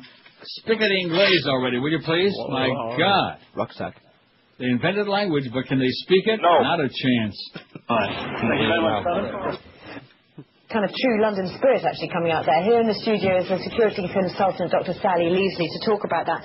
We've heard the Prime Minister saying, right, get back to normal. You know, we must not let our lives be destroyed. Why am I putting this on the air? Does anybody care about this? No. Funny sounding. No, we don't care about stuff that's going on around the world. Because it sounds funny and because we can make fun of them, and deservedly so, by the way, the Brits. Give me the Schmitz. Bunch of twits. Oh, speaking of speaking English, wait till you hear this story. This is going to change your whole altitude. All right. I think it may be a little bit too late for you. Now, let me ask you, is Sabrina back from Japan? Yeah, she has been for about a month now. I see. Now, did she learn any Japanese? She learned all of it. She can Really? read it and write it fluently. She can write Japanese as fast as she can write English. That is shocking. Yeah, and it's something to watch. Well, you see, when you're young, you have the ability to learn things like that. When you get to be old farts like us, too late for us. And unlike European countries, you know, where everybody speaks English, yeah, nobody spoke it over there, so she just had to speak Japanese the entire time. Or else, right. And did you leave out Dade County in that? Yes. Latin Americans are flocking to Chinese language classes to take advantage of growing economic ties between Beijing and the region. Latins flocking to the Chinese language classes. How do you like that? That ought to be something. God almighty, when the people in Dade County learn English, then right after that they can start working on their Chinese. The 14 Peruvians learning to speak Chinese are used to spelling Spanish words exactly as they're pronounced, so they struggled in class recently as they studied a character and tried to pronounce Piju beer. Our teacher tells us we have to think like we're in the cave era reading hieroglyphics, said Margarita Ramirez, a student at San Marcos University. There are so many characters. Oh, yeah, those Japanese tend to be a bunch of characters, you know? And the Italians, too. What a bunch of characters. The pronunciation is so different, especially ZH, which is a nightmare. Like that. Just pretend you're at the dentist. Huh? Right. Or maybe you got out your instrument. Pretend Sally's hanging out in the house. Once considered too difficult and virtually useless by many Latin Americans, Chinese is quickly becoming the second language of choice. Well, I see. In other words, Spanish first and then Chinese. What about English, no? Hey.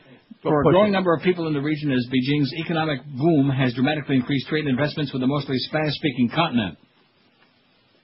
3 to 5 times more Latins are studying Chinese today compared to 5 years ago, according to an unscientific survey conducted by the Anxious Miami Herald in 6 countries. It's the language of the future. Oh, that's bad news for us, because I got news for you. Wow. I mean, just looking at those symbols. Right. And how long does it take, like, to write a letter? Have you ever wondered that? Well, not anymore. No, because each symbol is like so, to me, looks so complicated. Exactly. I'm told they're not. They're not what? Complicated. No, but it's certainly a lot. It's got to take a lot more time to write like a paragraph than in English. You'd think until you actually watch them writing it down. They just really whip it, huh? Just like that. It's the language of the future for commercial and industrial transactions and for foreign trade, said Zulma Wong, the administrator who decided to begin offering Chinese at San Marcos. In 10 years, China will be a world power. This will mean economic development for Peru. Oh, I see. This is in Peru. Not a day passes in Latin America without news of a major Chinese investment in the region, a visit by a high-ranking Chinese government or trade official, or a trip by a Latin American official to China. Peruvian President Alejandro Toledo just returned from China. Other Latin American presidents who preceded Toledo include Colombia's Alvaro Uribe, Argentina's Nestor Kirchner, and Brazil's Luis Inácio Lula da Silva, whatever his name is. And last year, Chinese President Hu Jintao made a 12-day visit to Brazil, Argentina, Chile, and Cuba and signed agreements that might lead to investments of at least $30 billion. Okay, see, I speak their language for $30 billion, right? Right. That's serious talking money, $30 billion. Okay, let's get a bunch of calls on here. What do you say? I feel so good, even though I got a pretty good pile today. Huh? Do it. 5670560. Well, what do you mean do it? There are no calls. 5670560. Don't let that stop you. Pound 560. Okay, let's take line 1. That one looks like the hot one to me. Oh, that's good. All right. Great call. Great call.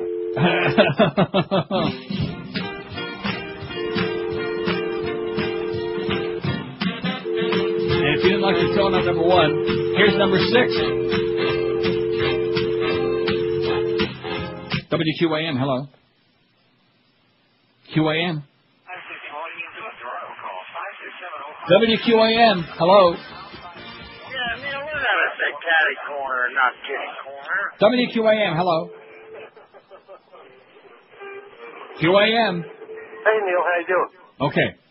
Yeah, everybody should speak English in this country. That'd be a great thing. Yeah. Yeah.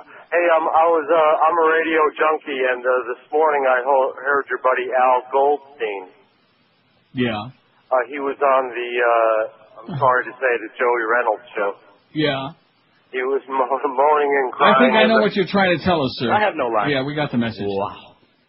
Oh, like I said, the lifeless, the dead and the lifeless, they're the only ones left in South Florida this time of the year. I think from like about July 20th till about after Labor Day. So I'm thinking, go on vacation pretty soon. Sounds like a real good idea to me. WQAM, hello. Hey, Neil. Yes, sir. Neil, I'm getting out of Dodge. Monday, I'm out of Miami. I'm going to Washington. I hate Dade County. WQAM, hello. QAM, hola. Hey, Neil. Buenos dias. Do you think it's going to come out of the closet soon? I beg your pardon? Do you think it's going to come out of the closet? Oh, I see. Doing a bad accent. WQAM, hello. QAM. Well, not only are they bad, but they're like, oh, man, retardo. Slow. Really slow. WQAM, last call. Hello. Hey, Neil, how are you? Okay. Yeah, hey, Neil. Hello? Yeah. It seems like, the terrorists, they're only attacking our white country. Oh, the white countries? Yeah, it seems How about like the they only wrong countries? Made this call before. Yeah, did he? Yeah. It's 11:57, 3 minutes till noon at QM. Man, I'll tell you one thing. You can't complain about your calls because they are in a league of their own. Remember that movie, A League of Its Own? Yeah, it sucked. They are the best. Well, listen, that's the way it is when you're left out of the human race, when you're left in the behind. Here's a fax from Aaron who says, sorry if this is a repeat. Florida woman, 76, allegedly sells crack. Jacksonville, a 76-year-old woman arrested for allegedly selling crack cocaine by putting the drugs in her purse and lowering them by rope from her second-floor window. Oh, she must be from Amsterdam, speaking of drugs. That's how they lower things from the upper floors on a rope. Do they? They do, because you can't get up things that like a TV set. You can't get up the stairways because they're these they're row houses, real narrow stairwells. I see. So they lower your TV with a rope, and you just hope it don't fall off. Handy. The woman was arrested last week on charges of possession and sale of a controlled substance, freed on $10,000 bail. The suspect, who's got no records of previous arrests in Jacksonville, is accused of selling $20 worth of crack in a police sting. Police say they found a gun and ammunition in Minnie Perlotti Collins' house, as well as a purse attached to a rope next to her bed. How you like that? All right. She's just smoking a little rope. It's 11:57 at 560 WQAM. If you're looking for a high-speed internet service, you want one that's fast, reliable, easy to use. In short, you want the best. You want the #1 high-speed internet service provider in America, Comcast High-Speed Internet.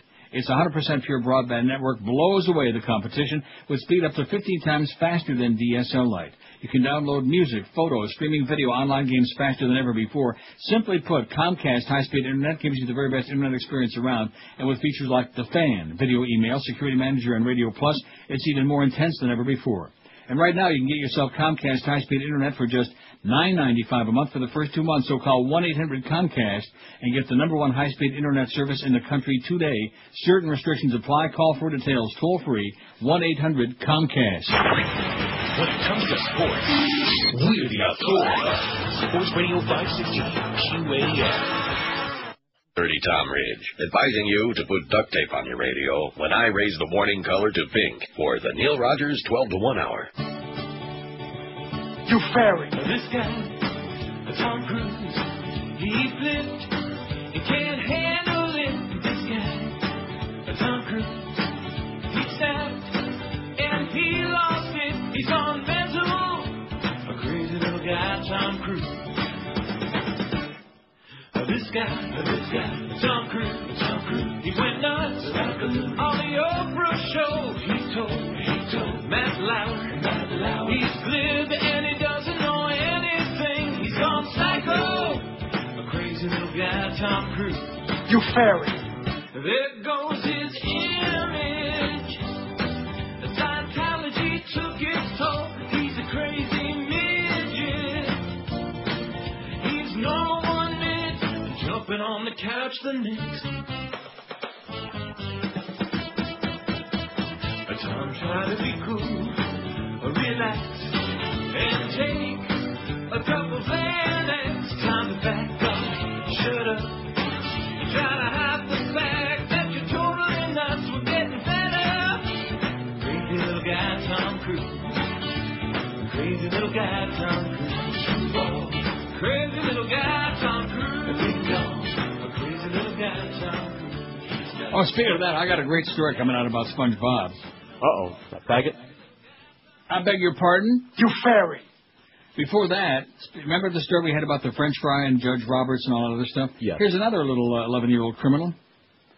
Fresno police defended their arrest of 11-year-old girl on a felony assault charge for throwing a rock at a neighborhood boy who'd pelted her with a water balloon. The department on Tuesday also released more details, color photos, and a testimonial from Fresno's mayor. The incident's been distorted and misrepresented, Mayor Alan Autry said in a statement. Remember Gene Autry? I sure hope not. I do. In Fresno, we love our children too much to treat them this way, and it was just a childhood dispute, when in fact the consequences could have been tragic.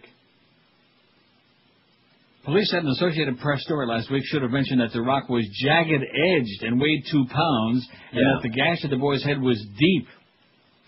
Police also said the girl physically resisted while being handcuffed and put in a patrol car, scratching an officer's arm. The scratches were documented in 2 police photos. It's unfortunate that the Associated Press released one-sided information containing numerous inaccuracies, Fresno Police Chief Jerry Dyer said in a statement. The simple fact is that we have an 11-year-old girl who struck a boy in the head with a jagged-edged 2-pound river rock that required him to have stitches. That is a felony, assault with a deadly weapon, and we're very fortunate that the act didn't cause more than a serious injury, even death. Cause a morse or whatever it is. The story was reported over the course of 2 days last week while the AP sought details from police. Ultimately, a spokesman said simply that officers had responded appropriately and denied that racism had anything to do with it despite the suspicions of the girl's lawyer. Here's another racial thing. I see. You notice? Yeah, now, you seeing these pictures of this guy they got laying down on the sidewalk there in London? You seen that? They keep showing that over and over again. He's just laying there. Nobody's paying any attention to him. They're all like walking in the other direction. What's that all about? Maybe that's a transient. No, they got him like tied up on the sidewalk. Oh, I don't know. I guess they figured he wasn't going to get away. The story said, I can understand the difficulty of this situation for police, but the story was accurately reported and we made substantial efforts to get fair comment from everyone involved, said John Race, AP's Bureau Chief for Northern California. The AP story was based on the police report interviews with Maribel Cuevas, her family, and their attorney Richard Bishwati Jr., who suggested that the arresting officers' inability to communicate with either family in their native languages, Spanish and Hmong. Hmong? Okay. What is that? May have been a factor in what he called an overaction by police. What is Hmong? I don't know, Chinese for among? Something. The police report said the boy acknowledged throwing the water balloon, was released from the hospital after getting stitches in his forehead, but the boy's family couldn't be reached for comment. They've moved away, and neither neighbors nor the Hmong community leaders were aware of their whereabouts. Dyer said that police also don't know where the Vang family is. Where's the Vang family? I don't know. Among the okay, anyway, here you go. This is the one I was talking about. Fort Lauderdale. It's unlikely that SpongeBob SquarePants, Kermit the Frog, and Barney will find a home in Broward County schools. Broward! Superintendent Frank Till said today he sees no need for a diversity video that includes the children's characters, even after the Anti-Defamation League and gay and lesbian groups complained. We already have lessons about diversity in our curriculum, Till said after a school board meeting. I don't see where the video fits with what we've already got. The school district was one of only a handful that rejected the We Are Family video, which the ADL distributed across the country this year. Broward's Diversity Committee turned it down after members worried that it would teach kids to be friendly to strangers. Oh, this must be the story that Mr. Ego was involved in, right? That is correct. From the Perversity Committee? Right. At least one committee member said they thought the video would encourage kids to reveal whether they were being raised by same-sex couples. Well, we sure don't want to hear about that. Oh, no, not that stuff. Come to Canada, 567-0560, pound 560 on the Verizon and Singular Wireless line. The calls have been so damn good today, I'm, getting really ponderous reading all this stupid crap. Yeah, let's take a whole bunch between now and 2 o'clock. Or we could just play that new Mobit about 50 times. I am so smitten with that. Now, make me want to doy. Make me want to... WQAM, hello. Hey, Neil. Yes, sir. How you doing today? All right. I was in a parts store today to get a part, and the guy was on the phone, and he was kind of aggravated. And he tells the guy, they come one to the box just like a dead man. Yeah. I see. WQAM, hello. Uncle Neil. Yes, sir. How are you? Great. Let me start by saying that my call might be a little weak, but then again, after that last one, man, it's got to be a big step up, I'm thinking. Well, I'm going to ramble a little, so stay with me. I got a couple of topics I want to touch on. First, I've been reading, I think you touched on this a while back, lately a couple articles over the last, 6-7 months that were really good. And I can't believe I'm saying that because they were written by Pat Buchanan, of all people. And the last one dealt with the topic of suicide terrorism. Yeah. And he was quoting this guy who's like an expert on it who wrote a book. And the guy stated as fact that from 1980, so I don't want to go before 80 because I don't know if that would be correct, but from 1980 to the time that we invaded Iraq, which is what, March 2003, is that correct? Yes, yeah. Not one suicide bomber. One. And that's fact. So. Not one suicide bomber where? In Iraq. In Iraq. Oh, I see, okay. Yeah, of course.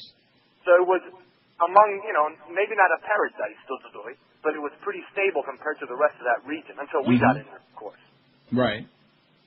And, another thing I wanted to touch on. This guy Gilbert, you know who I'm talking about, right? The weird dude? Yeah. Right, him. I met him one time in a Canes game, okay? I didn't meet him, but I saw him there, and we heard the voice, and we recognized, this yeah. Something like that. So a couple of years went past, and I live in Kendall, which I know you're familiar with Kendall. I was up in Hammocks Boulevard, up there like on 154th. Mm-hmm. There's like a Jiffy Lube place, like a quick lube place. And I see Gilbert there. And then he was talking to some guy, and he gets in the car, and he drives away. And I'm like, this man is driving? Oh, absolutely. He drives. Me crazy. Mm-hmm. But he's not normal. I mean, you can look at him and tell he's not normal. Well, what is normal? Welcome what to does Florida. that mean, normal? Jeez, I couldn't believe it. But then we complain about the drivers. Now, wait a minute. You drive in South Florida, and you're telling me that only normal people are allowed to drive? You better go out there and drive around a little bit, Pally. You better go and hit the highway, the Hershey Highway. Gilbert's average, man. Gilbert is, for him, normal, okay, just because he's got those Coke bottle glasses and keeps calling up and saying all kinds of grotesque things and stuff we can't repeat on the air, and crawls into the corner and cries if you don't pay attention to him. It's just one of those things, Gilbert. That sure works for Rick Riley very well. 5670560 and Alex Bennett, too, don't forget, and pound 560 on the singular wireless line. How's Alex? Seen him lately? No. Now, didn't we find out that he's on Scare, is it Air America? No, he's on Sirius. Yeah, one of those. Norma Kent told me. Remember Norma? Remember her? I do. And when he went to New York to have that fruitless meeting up there with Jeremy Coleman, that they showed him the studios, gave him the grand tour. That was before Stern got all pissed off with the Beasley. And at any rate, there was Alex Bennett sitting in the studio. And if I had the ability to do, I'd take you out here right now. And kick guy out. Yeah. Kick the can. Yeah, kick this. WQ old style. QAM, hello. Listen, Gilbert is far from normal. I see Gilbert lording around that same area. Okay, great. We're real excited about it. Wow. WQAM, hello. Yeah, Gilbert spy reports today. That's the best you guys can do. WQAM, hello. Gilbert reminds me of the late Gil Siegel. Gil used Oh, no. He must be throwing a Late party. Gil Siegel. You know something? This is like a trip into the mausoleum today. This is unbelievable. Lordy.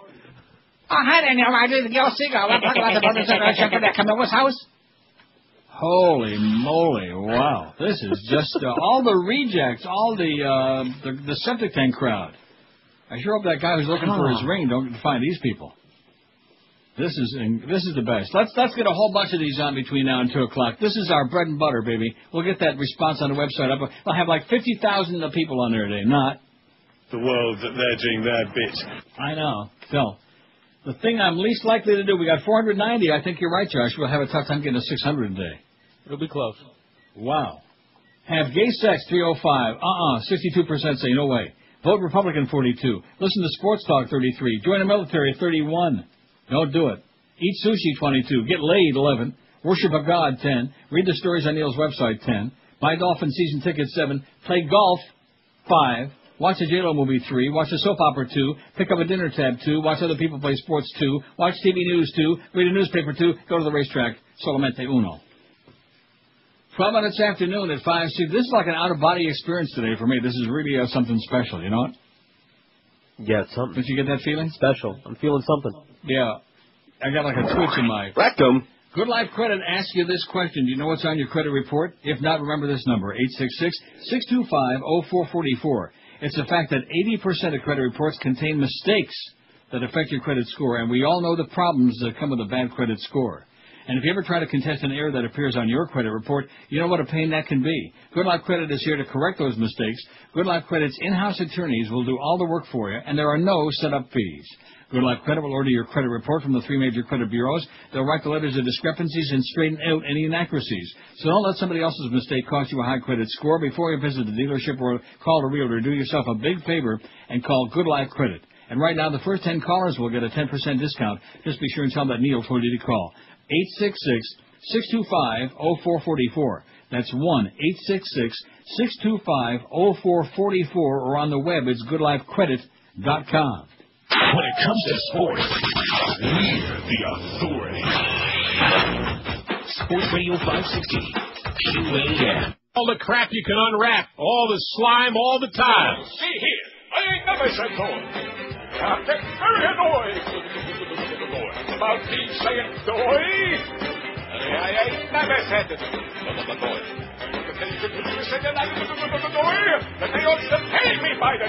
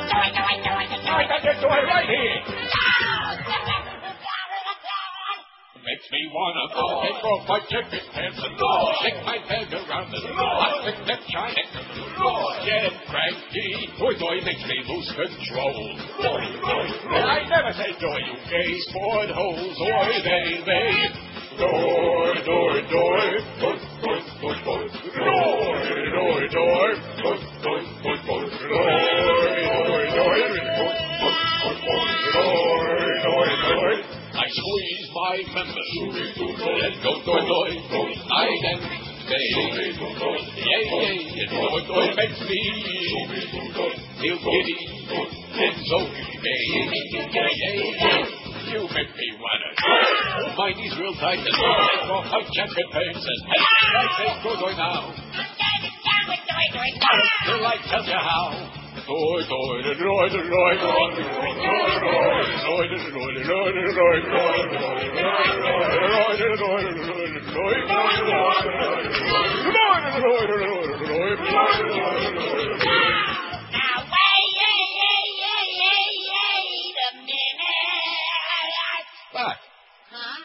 for this, you stop the song? It's 12:21, a Doi Doi medley. Doi, doi, doi, I like that. That was good. Nothing better. That spiced up my day. Don't forget the Doi Man himself, who finally flipped off that Doi Lee that he used to wear in his head. Well, Howard David at 2, Mad Dog at 4. Then we got Geldy at 7, who I'm sure will be giving a big preview of the hockey season. Let's get some hockey talk on the air in honor of Rimmer. What do you say? With the new deal, and it has room to grow in the future. So hopefully this will be good for the smaller market teams and everybody. Yeah, the smaller market teams that have no business existing, for example. As many scoring opportunities, though, as they have. Yeah, there you go. Well, that's plenty. That's more than enough. I got to go back to the BBC and see what the BBC is doing with his London bombing this morning. Constantly being updated, and at that point a decision was made that he would break that lunch. A meeting of Cobra was summoned for 2:30. That meeting went on for about 20 minutes, and then after that the Prime Minister had a conversation with Ian. And then he had followed by a very good bowel movement. Thank God for that. Let's hear it for Tony Blair. Orange, now you know like the national color of Holland is orange. Have you ever noticed that when you see the Dutch playing like soccer and stuff like that? Yes, I do that. Okay. Not in Israel, though. Orange may be one of summer's hot colors, but in Israel it now sends such a strong political message that some Israeli fashion labels are considering pulling orange merchandise off their shelves. If you got an orange yarmulke, baby, you better ditch it. You better Schmidt can it. When in doubt, toss it out. Opponents to Israel's planned August withdrawal from the Gaza Strip and 4 West Bank settlements have chosen orange as their color, tying orange ribbons to their cars, donning orange T-shirts, and wearing orange headscarves. In other words, schmatas. I beg your pardon? I said, orange, you glad they're doing that? Although opponents favor a bright, almost phosphorescent tone, wearing any shade of orange, be it pumpkin or saucy tangerine, has become fashion faux pas of sorts. Security guards at Israel's parliament confiscated the orange scarves of a visiting delegation of Indian lawmakers in May, and a parliamentary assistant was forced to remove orange dye from his hair before entering the Knesset. What is happening is that a large majority of customers are not buying orange, said Dorit Abramovich, spokesman for the Kame Il Faut fashion label. It is sitting on the shelves, and we're considering, I feel like Tom Jicka, I'm belching a lot. It's sitting on the shelves, and we're considering, at least for the time being, not manufacturing orange. The settlers chose a good color, says Yaron Timur, a marketing lecturer at the Herzliya Interdisciplinary Center, who has researched the effect of color on consumers. Pastel colors would have sent a warm, accepting message, whereas bright colors such as red, yellow, and orange signal opposition. And the shade chosen by pull-out opponents sends a clear message of, look, listen, and respond to me. Timur said, okay, we looked, we listened, and we responded. Jewish settler leaders said they chose orange to represent the resistance because it's traditionally been the color of Gush Katif, the major Gaza settlement bloc, a bunch of real Farbissen. Maya Bitton, the manager of the Yalduti children's clothing store in Tel Aviv neighborhood, said about 20% of her customers have refused to buy orange this summer because of its link to Gaza withdrawal. Others make the association, but she persuades them to buy orange. Orange is very fashionable, summery, and warm, but it's become an issue, she said, noting that people has even raised eyebrows at the store's orange packaging. Sound like a bunch of crazy people to me, but then again, that's the Middle East for you, right? Like that. They're all nuts. 5670560. Let's see if we have anybody on the phone besides Gilbert's boyfriends. Pound 560 on the singular wireless line. WQAM, hello. Hey, Neil. Yes, sir. I understand you were waiting for some people that you haven't heard from in a while to call you, and I figured let me call you. How you doing? Who's this? Andy. How you been? 5670560, pound 560 in the Verizon and Singular wireless lines. See what I said about misfits being the ones left in town right now? Anybody else with any kind of a life, they're out of town, they're vacationing, they're swimming, they're partying, they're getting laid, they're doing something. They're traveling the world, they're getting an education, they're having a wonderful time, they're riding the bus on the in London, they're riding the trains. But all the swill, man, in fact, an old philosopher, I think, once said it best. All the crap you can unwrap, all the slime, all the time. Nice going, Mo. That's my main man, the Mo Man. WQAM, hello. Hey, hello? And what did I say? I want to hear from some people we haven't heard from. When did I say that? You haven't heard from me. Who's this? It's John. Hey, I was just wondering, are you up in the Tower of Power? Up in the tower! WQAM, hello. Neil. Yes, sir.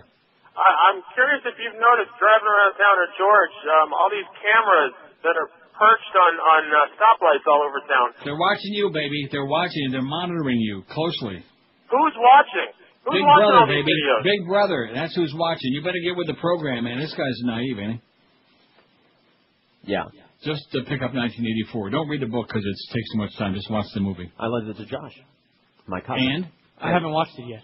Why not? I'm behind. I have a lot of movies to watch. You're not going to like that anyway. You didn't like Network. I was thinking about that the other day. And you know what the problem with people who don't like Network, George? It's called lacking in intellect. Oh, is that right? Yeah. Well, I would say don't take it personally because I still could anything cancel happening. that check. I still could stop payment on that check. Like I said, yeah, you're right. It was great. Yeah. No, seriously, I don't understand what's not to like in that movie. It's just the style. The message is what there is to like, but the movie is boring. It's just boring. Sorry. I've gotten that before. When you fall asleep in a movie, it's not good. Yeah. It's not good. Right? Usually? Usually. Okay. He's calling the bank right now. That's why there's that silence. Huh? Yeah, exactly. It just wasn't your thing, okay? I mean, not everything could be your thing, and that just wasn't your thing. So you watch MASH, the movie, which you won't. No, it's the same chance. director, so you'll be able to appreciate the style better when it's something you're not interested in. As in, he has a very slow, ponderous directing style. Yeah. But if you're I don't interested, understand what was slow and ponderous about it. I don't understand that. Why was it slow and ponderous? It just was. But I liked it, in spite of it. 532 votes. We got a shot at 600 today, boy, during the show. That's pretty pathetic. This is this is the week that was, starting yesterday. A week. Monday and Tuesday, pretty good on our website. We had real nice, and then all of a sudden I thought, just when everybody's coming back, false alarm. Now is the time when they already, and you want to know why? If you heard these calls we've had so far today, that should answer the question to you. That's the main reason that people get the hell out. When in doubt, they flee. They flee like the plague has invaded South Florida. The thing I'm least likely to do, and we got how many votes again? 532. Not too bad. Have gay sex, 321, over 60%. Very, very nervous about that, and rightfully so.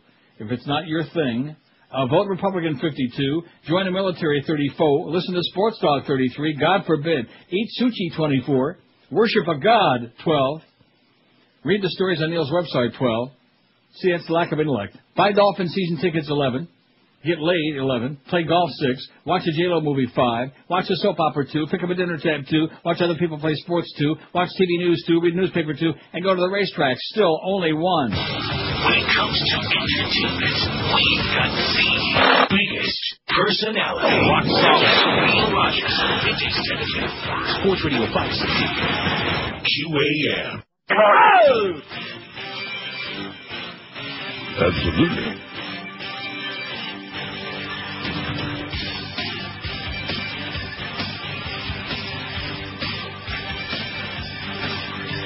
I went on down to the seashore. I thought I'd dive into the sea. Along came a great white, bit my leg off at the knee. And while it was happening, it felt like a scene from Jaws. But I wasn't Roy Scheider, felt more like Robert Shaw. Sharks in the water, my legs went floating by. Sharks in the water. When I got back to the shoreline, my story it made the news. I got half as many legs and twice as many shoes. Sharks in the water, my legs went floating by.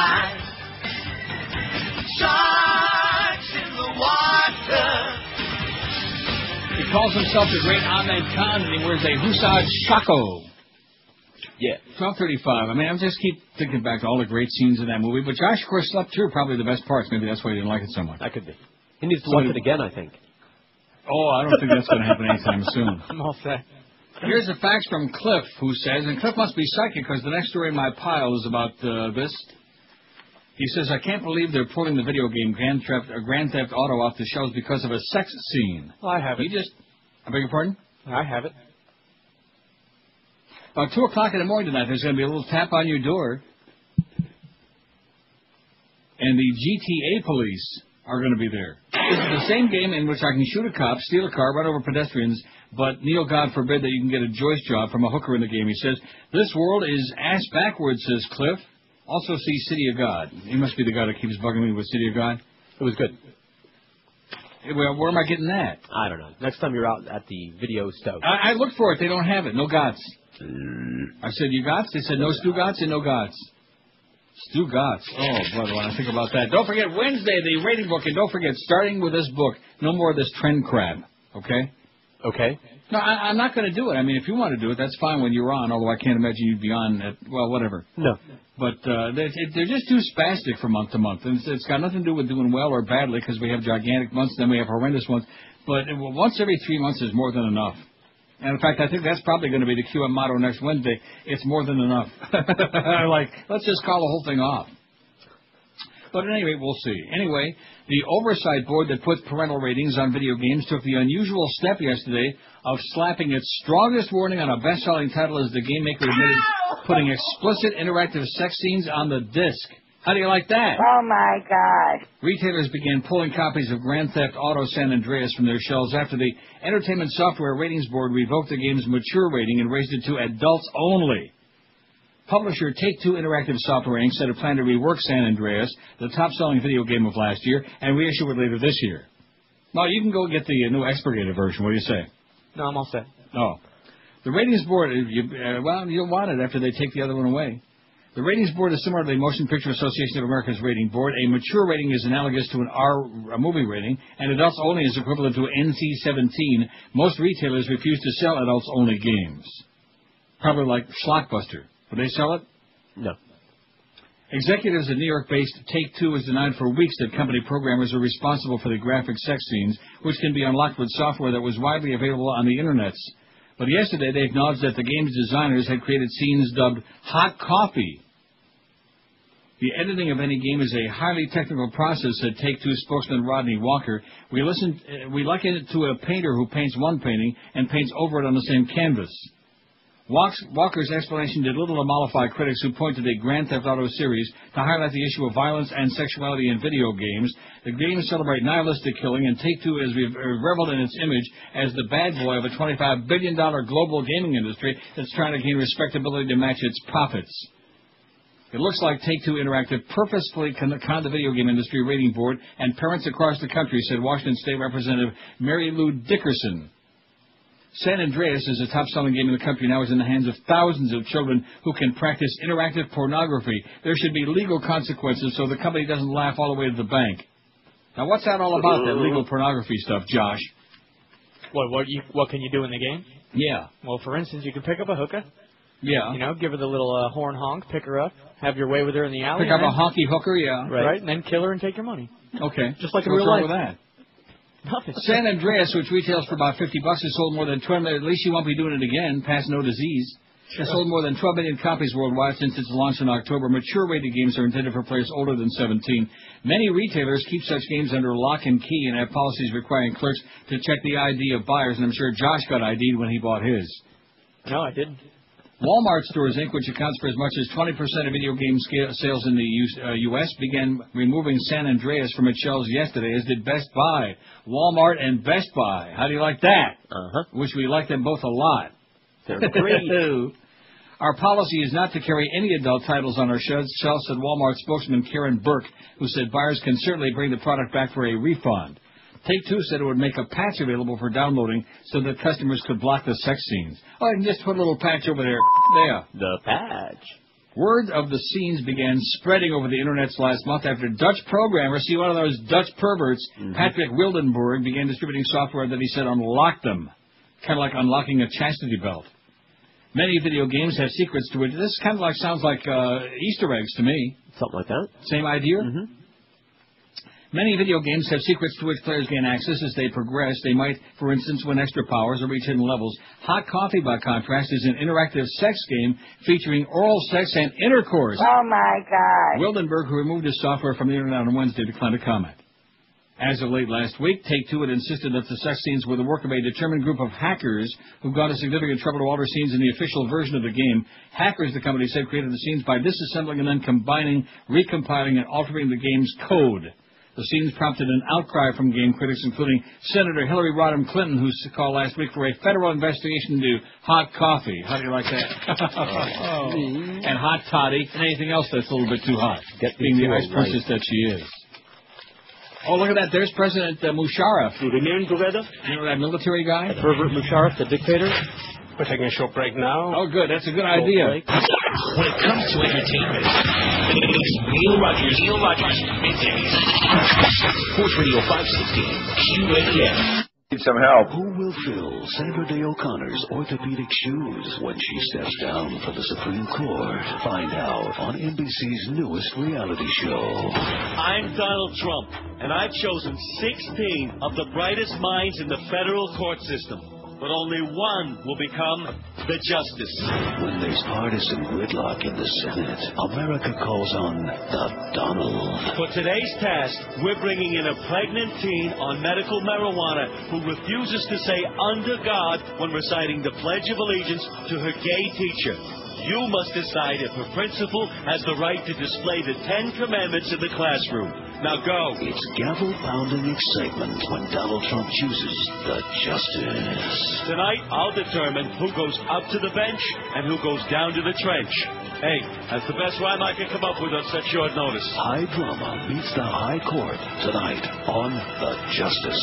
And I'm Lorraine Hobbs, a badass comedy for 12:45. Just thinking of different lines from network, you know. Yeah. FDA issues warning about the abortion pill. Oh, my God. The government warned doctors this week to be on the lookout for rare but deadly infections in women using the abortion pill RU-486. Are you sure?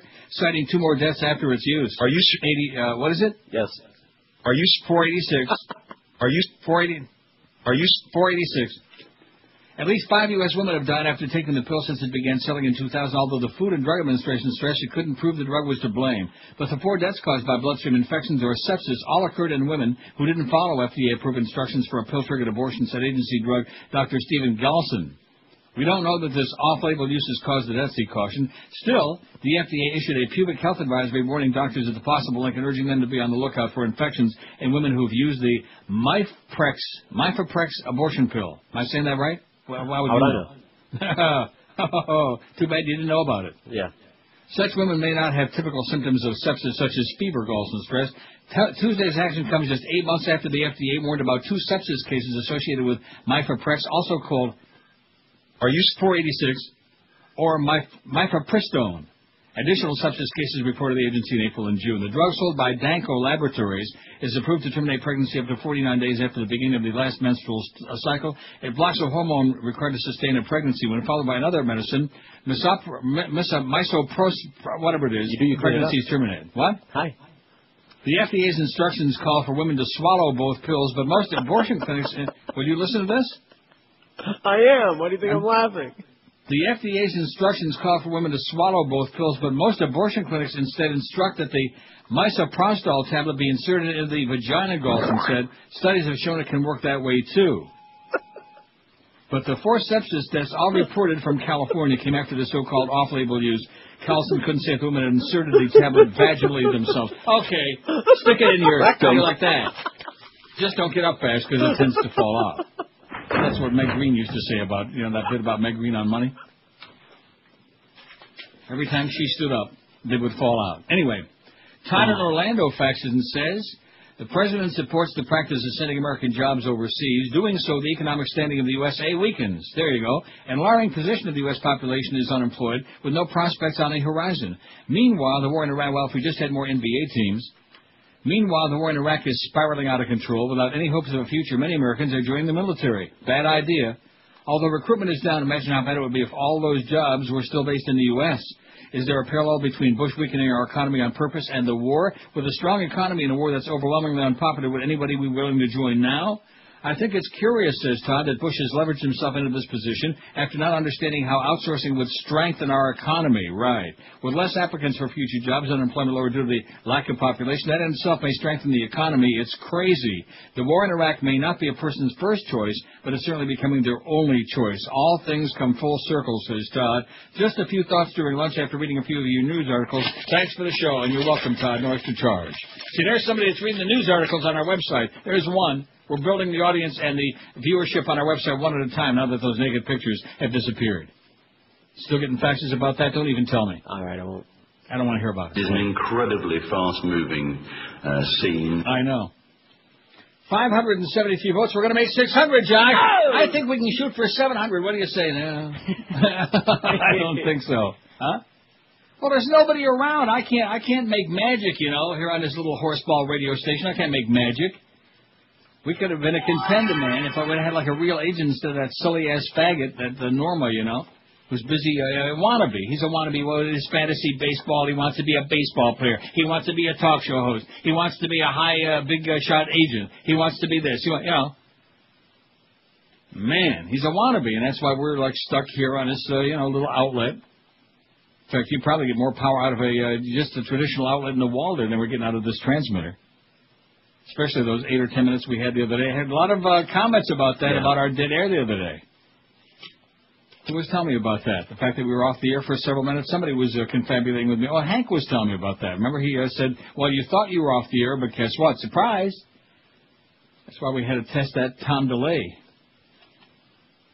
Stick his finger in a socket or two. So, and that didn't help us. In fact, we didn't on Tuesday. We had a chance for what were we going for, 800, and we just fell a little bit short. That's because of the 10 minutes we were off the air. If we'd have been on those 10 minutes, we would have been like falling off a log, right, or just dropping a log, a Lincoln log. In fact, isn't that where the term came from? When the 16th president took a dump, and they called it a Lincoln log? I'm sure. Yeah. He was the rail splitter, you know. I know. He was also... You fair. Oh, I'm sorry. That's what I hear. 570. Well, there's a lot of those people running around. Right. But he had 2 wives. Didn't he have 2? Yeah, he probably thought he was straight, too. 5670560. Just like a lot of your people that I know. Pound 560 on the singular and whatever it is.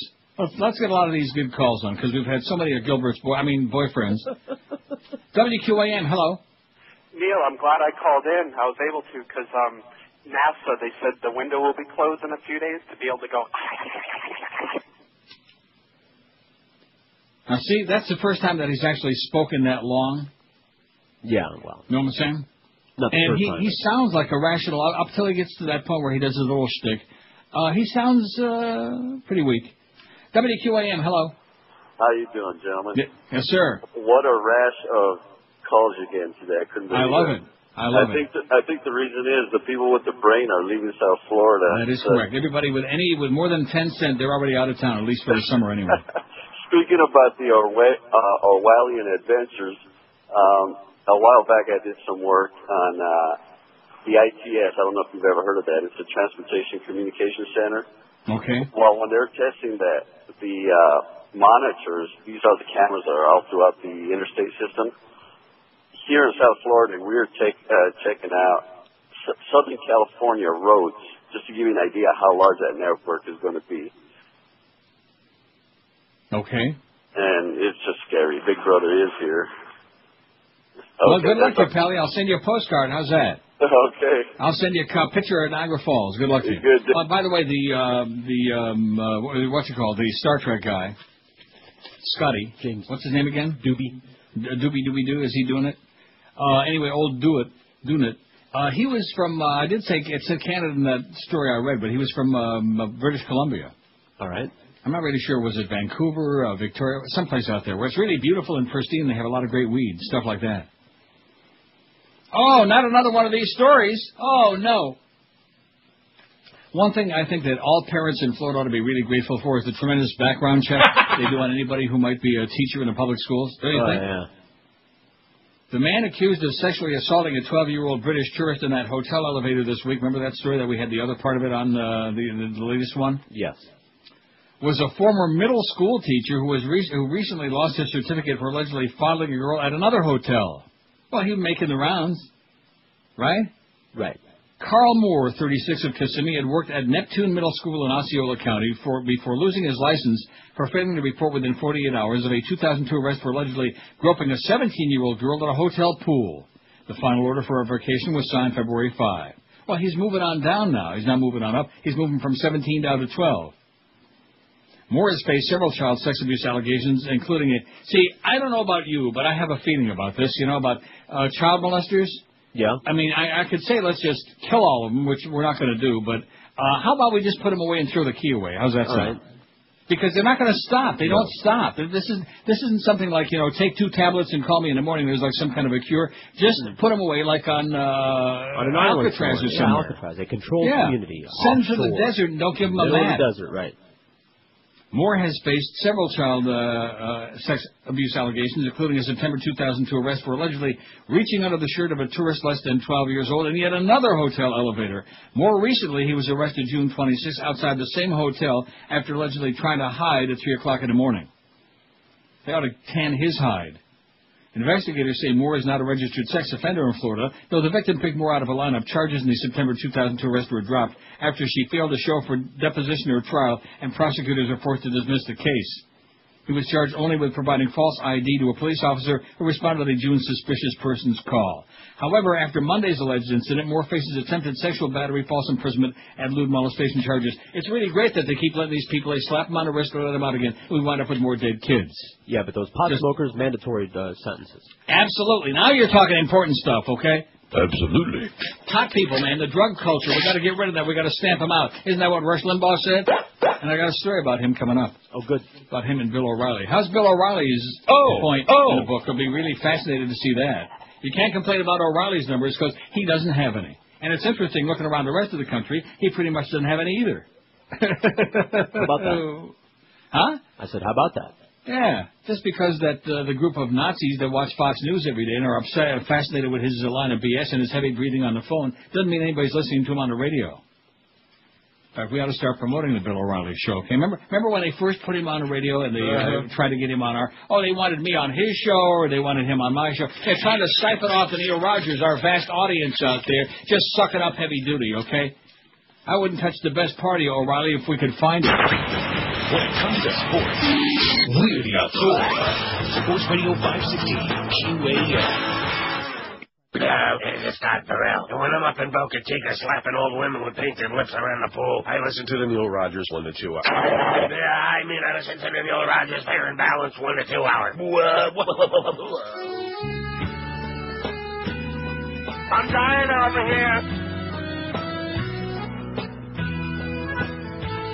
When Bill O'Reilly's dialing, sure he is in squaring pants. He'll tell you if you like your job, then you'll give him a lap dance. Rectum. And if you tell O'Reilly you're not looking to be kissed, he'll sue the pants right off ya. Rectum. And call you an extortionist. Absolutely. All the factors fair and balanced, but not when he calls at night. He's looking for a lassie who likes it a little to the right. Rectum. When Bill O'Reilly's horny, sure it ain't a no-spin zone. So when Bill O'Reilly's dialing, you best not pick up your phone. Rectum. Hell, it damn near killed him. It's 101. I hear he likes the airplane no-spin zone, too. Cute. Rush Limbaugh rules Los Angeles and Chicago. Here's that story. The Rushmeister, pill-popping hypocrite, fat-ass liar.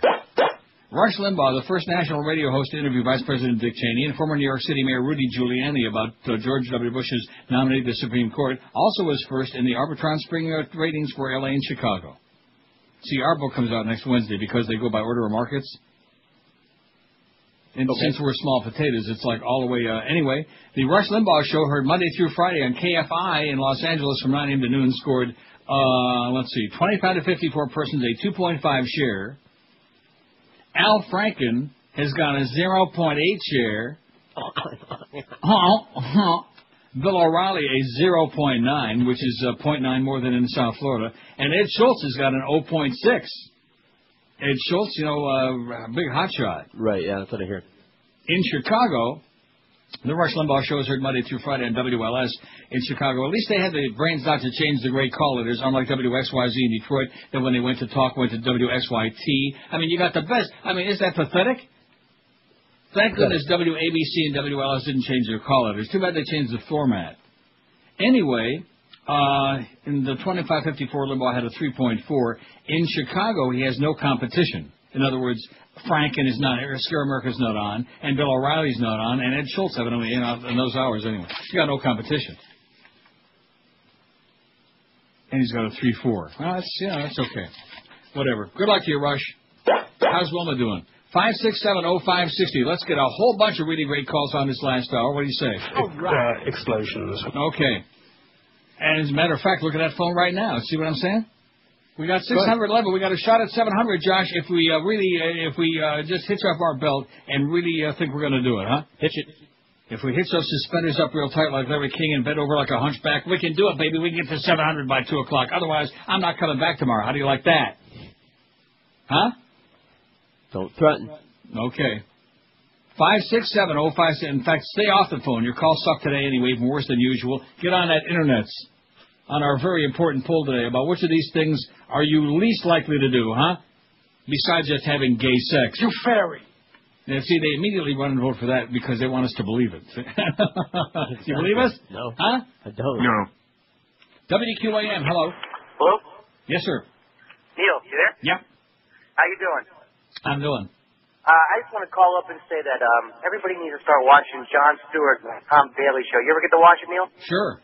I mean, the guests he has on are absolutely amazing. Last night he had Robert Kennedy, and Robert Kennedy was talking about... Did you get to see it last night?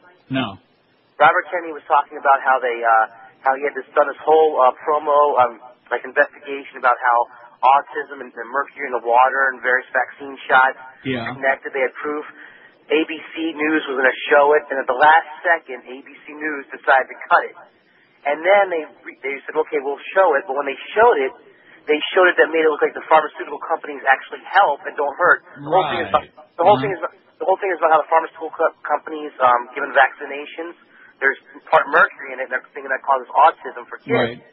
But when ABC finally did decide to show it, it made it look like the pharmaceutical companies were the heroes for giving the vaccinations, Right. And it really just, I mean, that guy's amazing. It's called propaganda, Pally. That's what you're getting. In fact, if you watch the ABC News or any other newscast, you'll notice that almost every spot on there is for some prescription drug or over-the-counter medication, and they're in the pocket, man. So if you think you're going to get any straight news from them about anything, you're dreaming. And the second thing is the Daily Show showed the one about the Fort Lauderdale. Did you see about the painting in Fort Lauderdale? Did you see that one? No. About the one where George Bush is getting written by Saddam Hussein. There was like a big controversial painting, and they actually came down here and they did a little show on it. The Daily Show came down here, but it didn't get much publicity. But it was absolutely hysterical. You know, they tried to make him take the painting down, the guy wouldn't, and all this other stuff. And it was just everybody's gonna watch this show every day. Or at least put a sheet over it, because the Bush crowd, most of them have plenty of extra sheets. Okay, thanks a lot, Pally. Take care. Jon Stewart's God, right? Jon Stewart for president. He's gotten better every day. Yeah. See, if you want the real news, watch that, and then you get a few yucks along with it, too. But you're never going to get it from the American networks or from the Talking Head networks, I guarantee you that. That's why we're watching the BBC right now. We're very calmly are hyperventilating as opposed to the hysterical hyperventilating that's going on MSNBC and CNN and the others. Ears of Londoners, and also a determination of how to survive if something is absolutely happening in front of their eyes, in a train or off a train or on a bus. No, that's not the mayor. The mayor is that guy that says Bush is an idiot. Device. It's very important for Londoners to learn how to protect themselves. And I think that's what you need.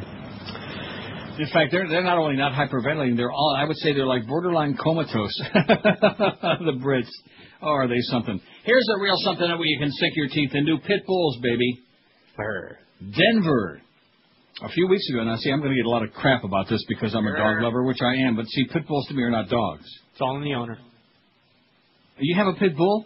Well, my brother does, so yeah, kind of.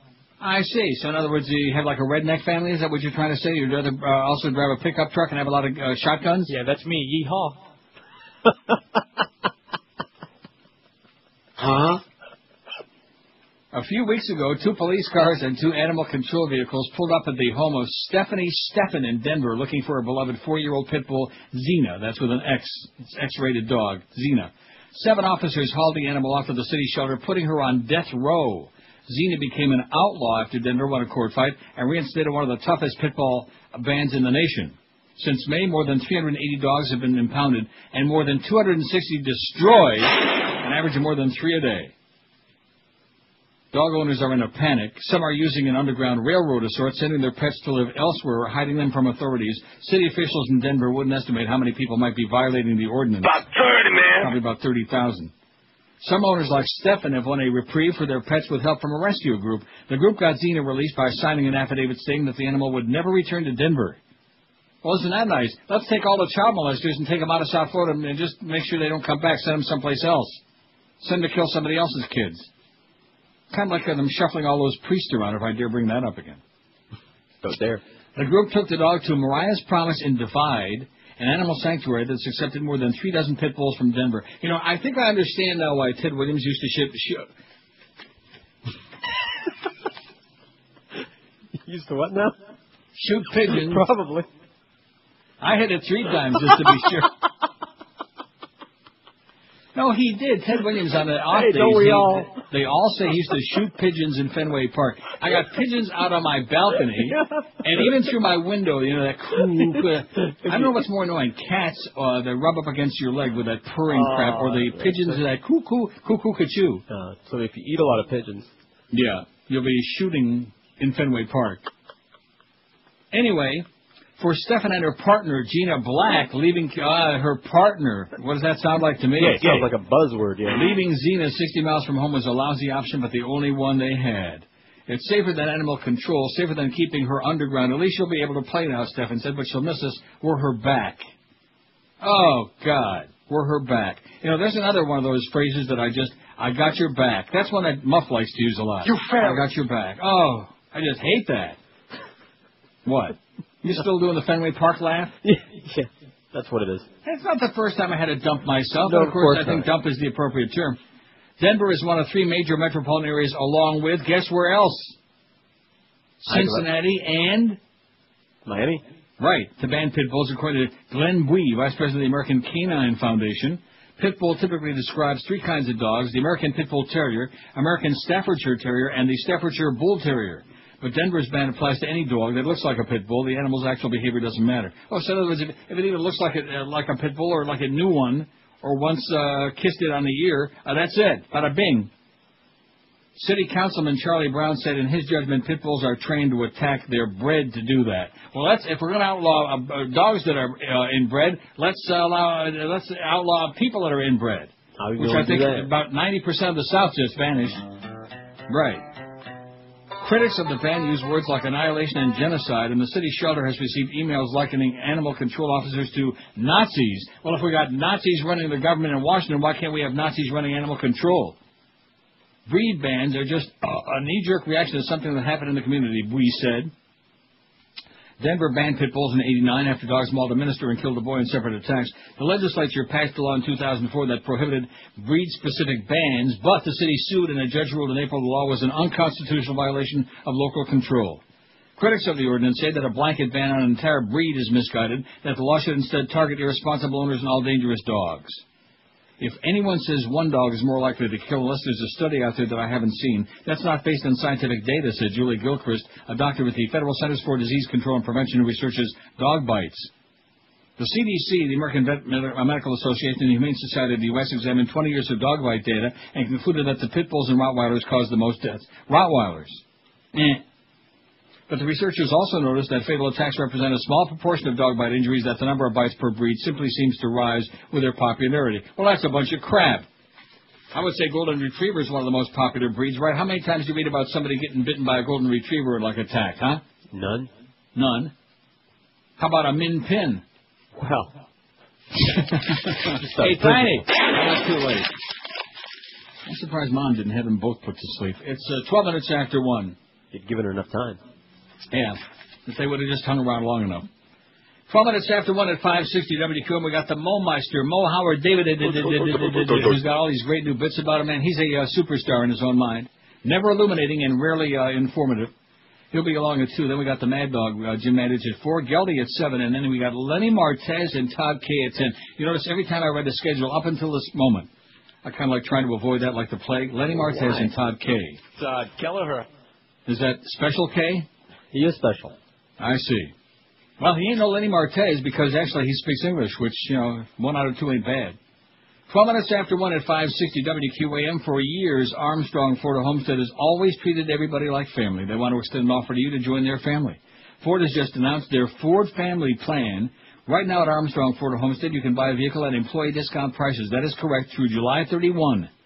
Armstrong Ford Homestead gives you the same great pricing that every Ford Motor Company employee and their families get. And not only do you get employee family pricing, but you also still get Armstrong Ford's exclusive Tires and Batteries for Life program, too. And for a limited time with any new car purchase, you'll also get a color TV free. So don't wait. Pick up that phone right now and call David Rich at 305-247-5112. You won't get a better deal on a Ford any place. I'll bet you the Water Nazi's life on it. No bait and switch, no phony deals. And this fantastic offer is only available at Armstrong Ford Homestead, where they always treat you like family. Armstrong Ford is proud to be locally owned and operated. Vice President and General Manager David Rich says, bring your family to meet our family. Armstrong Ford Homestead, they're located at US 1 and Southwest 307th Street, just 20 easy minutes south of the 836. Check them on the web, armstrongcars.com, and then give David Rich a call at 305-247-5112 and ask David about the Ford Family Plan today. Drive a little extra and save a ton of money at Armstrong Ford of Homestead. When it comes to sports, we're the authority. Sports Radio 560. Okay. QAM. Gordon Liddy, and they don't come any worse than Neil Rogers.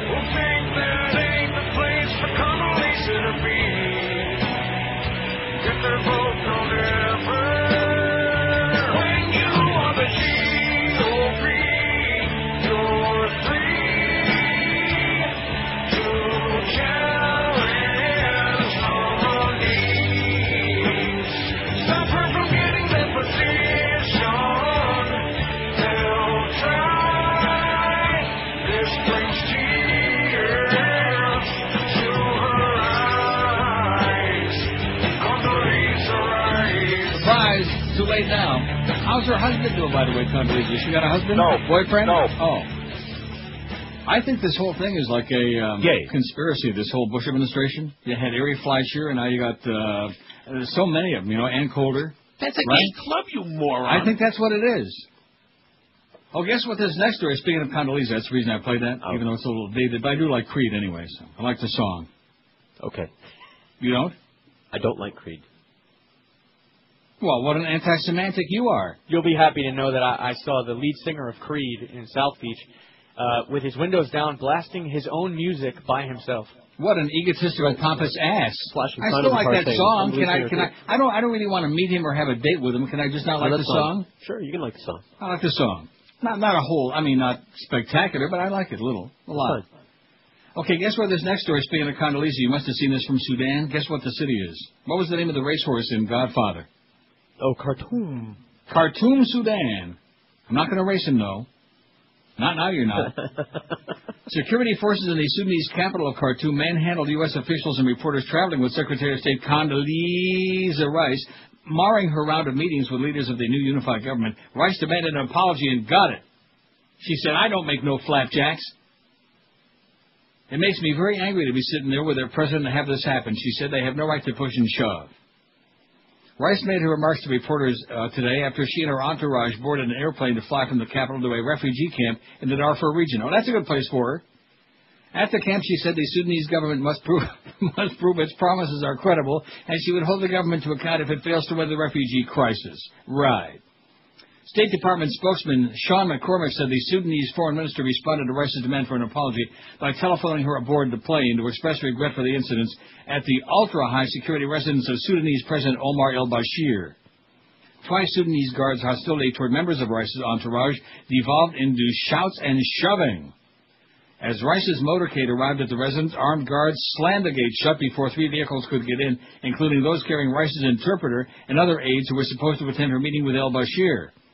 When the officials were finally allowed through the gate, some found themselves barred from entering the building for the meeting. As Rice senior advisor Jim Wilkinson tried to get in, guards repeatedly pushed and pulled him, and at one point he was shoved into a wall.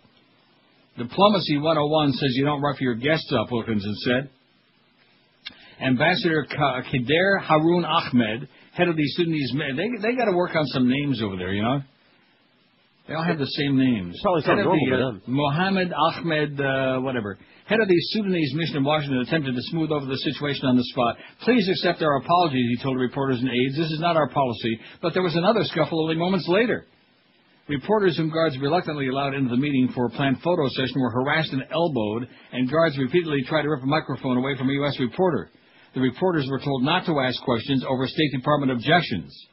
When NBC diplomatic reporter Andrea Mitchell tried to ask al-Bashir about his involvement with alleged atrocities, guards grabbed her and muscled her toward the rear of the room. State Department officials shouted at the guards, "Get your hands off her," Wilkinson demanded. She's married to, what's his name at the Fed, Alan Greenspun. Did you know that she's his wife? No, I did not. Get your hands off her, but all the reporters and camera crew were physically forced out as Rice and el-Bashir watched. Later describing Rice's meeting with el-Bashir, Wilkinson said she was very direct about the skepticism of the international community about their ability to improve Darfur. Rice put it this way, I said, action, not words. I sure hope she didn't say, don't give me any mumbo-jumbo. That would have not been the right thing to say, would it? Who the hell's that? U.S. officials said Sudanese officials reportedly repeatedly asked Rice to lift sanctions, and she gave them no promises, but Rice later indicated she might consider requests to ease sanctions on railway and aircraft components. How do you like that? They're muscling poor Condoleezza and her entourage and Andrea Mitchell around. How that bitch?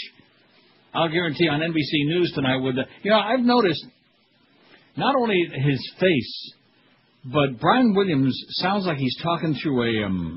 something about his voice, too. Like a tin can. Have you ever noticed? Maybe it's the audio on NBC News, but it's just something about his voice. I watch him every night by default because there's nothing else if you're going to watch a network newscast. And Jon Stewart's not on that early. But there's just something bizarre about him.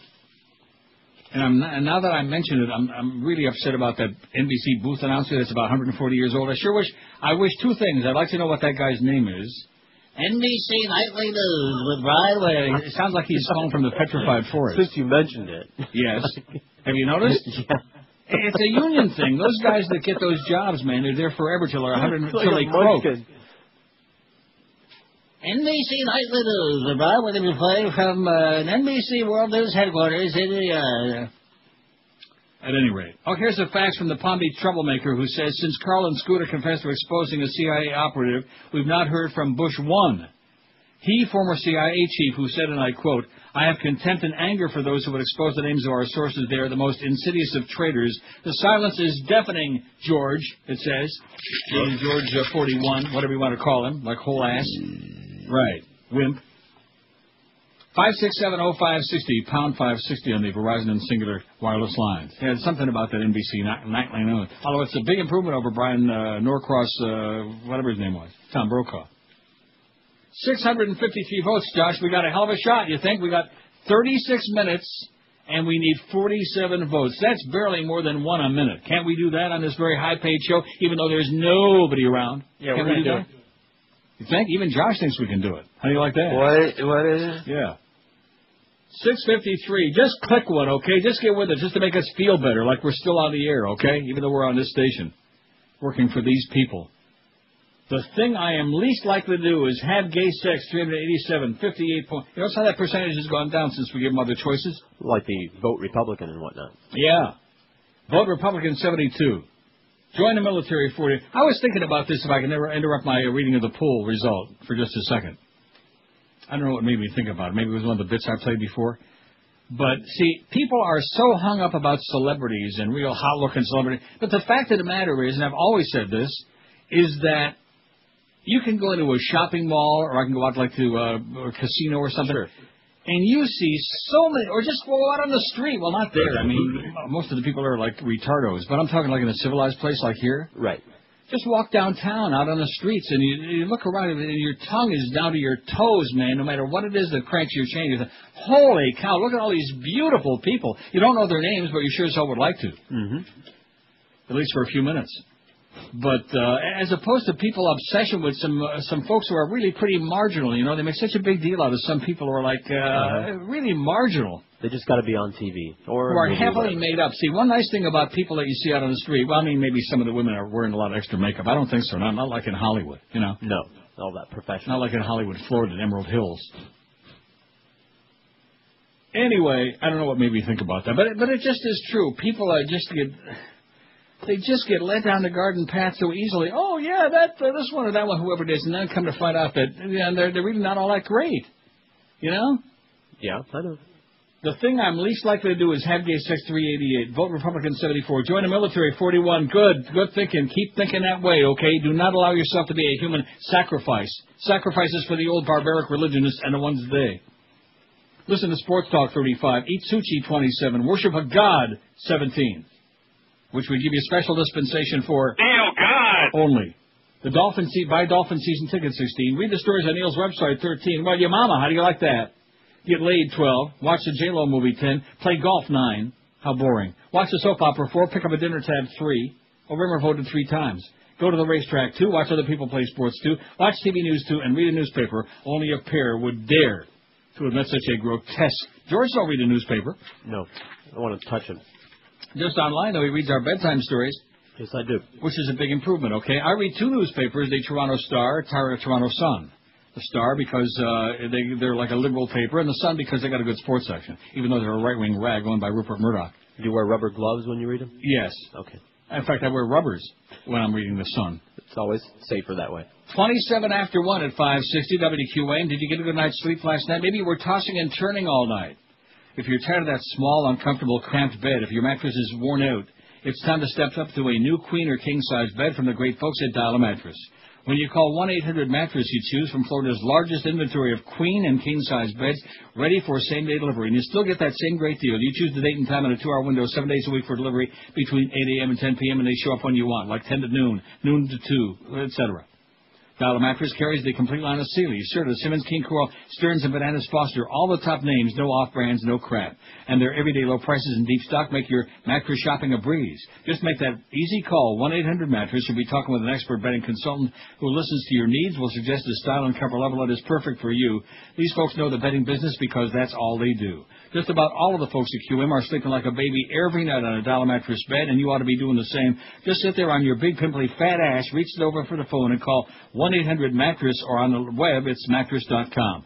Dial a Mattress, 1-800-MATTRES. Be sure and tell them that fat boy told you to call. When it comes to entertainment, we've got the biggest personality. Neil Rogers, 1872. Sports Radio 560. QAM.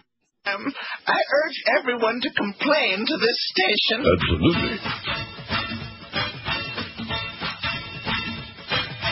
Down to the Brick Point factory and go. $50 in the dollar of a tattoo roll. He say, honey, got money for you. But when you're taking me back into the private room.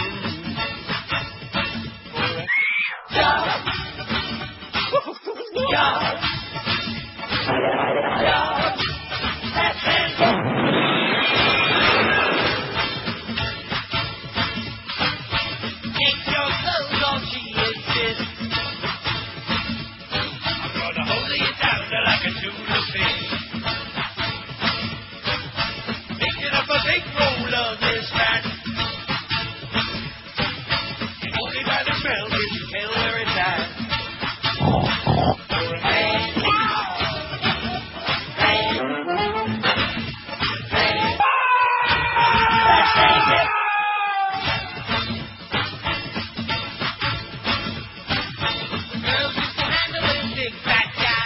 What is it? You know how to make the ball pin dry. That man shakes with a shout and a howl, which leaves a skid mark on the towel. Huh?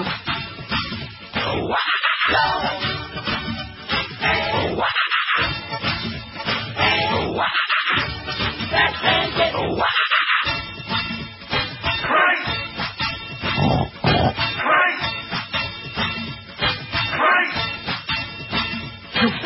Okay, 133. I kind of piqued my curiosity before when you said, and I'll never remember it by Tuesday, this being Thursday already, to discuss it before the show, so I guess we'll have to do it on the air about this conversation you had with Fat Boy about one of his neurotic friends. Yeah. And what was I'm sure the audience, because they've been following all of this too, from the Lyle faxes to the all of this other crap that's been going on for far too long. And what's the upshot? What kind of lies did they tell you? He said that, he was going to talk to him again and this time talk to his wife and save all the faxes that he sends in, etc. And he was going to talk to the wife about it and see if she could possibly influence him to stop. Yeah, stop what, breathing? That would be good. Well, yeah, well, in lieu of that, stop contacting us. Yeah. Well, that would be a good start. And then if he could take Fat Boy with him, that would be an even better package. We can make a package deal, like we never used to say they got package deals. That sounds like a real wiener to me. See, he's just sucking up because for whatever reason now all of a sudden he feels left out on the outside. Now that he knows we are. In fact, even when Duff said that day, that's right, you were out that day. That's the day you were sick? Yes. And the day that Miguel and Duff were doing because Josh had a ball game? Mm-hmm. And so I was left with like the 8th string that day. And Duff admitted on the air that he hates Fat Boy like poison. How do you like that? Huh. The Duffmeister. You fairy. Which is, I thought was really, in fact, we give him a sitting ovation. At any rate, we got some sports stories. The first one's really bad for all of us Patriot fans. How many Patriot fans we got? The Beast is sounding like he's going to be stroked out pretty soon, by the way. He was slurring and sounded really bad on the air this morning. Have you noticed that? You didn't hear it. No, I did not. The Beast is he like ballooning up even more? I can't imagine how that's possible. But, huh? I'm a fat Jew. How about his blood sugar is about like 600 at least? You could tell this morning. I'll tell him to eat cinnamon. He sweats sugar cubes. No, seriously, cinnamon can't hurt. He could just like lick it on it, put it on his arm and lick it all day. Oof. Teddy Bruschi, Teddy Bruschi is not only a great player, great linebacker, but he's also, the name is just so great. Even George, who's an anti-sports spectator kind of person, I would agree that Bruschi is just such a great name for a sports person. For anyone. Let's go to the sports bar and get a couple of Brewskis, huh? Right. Right? There's more than one of them?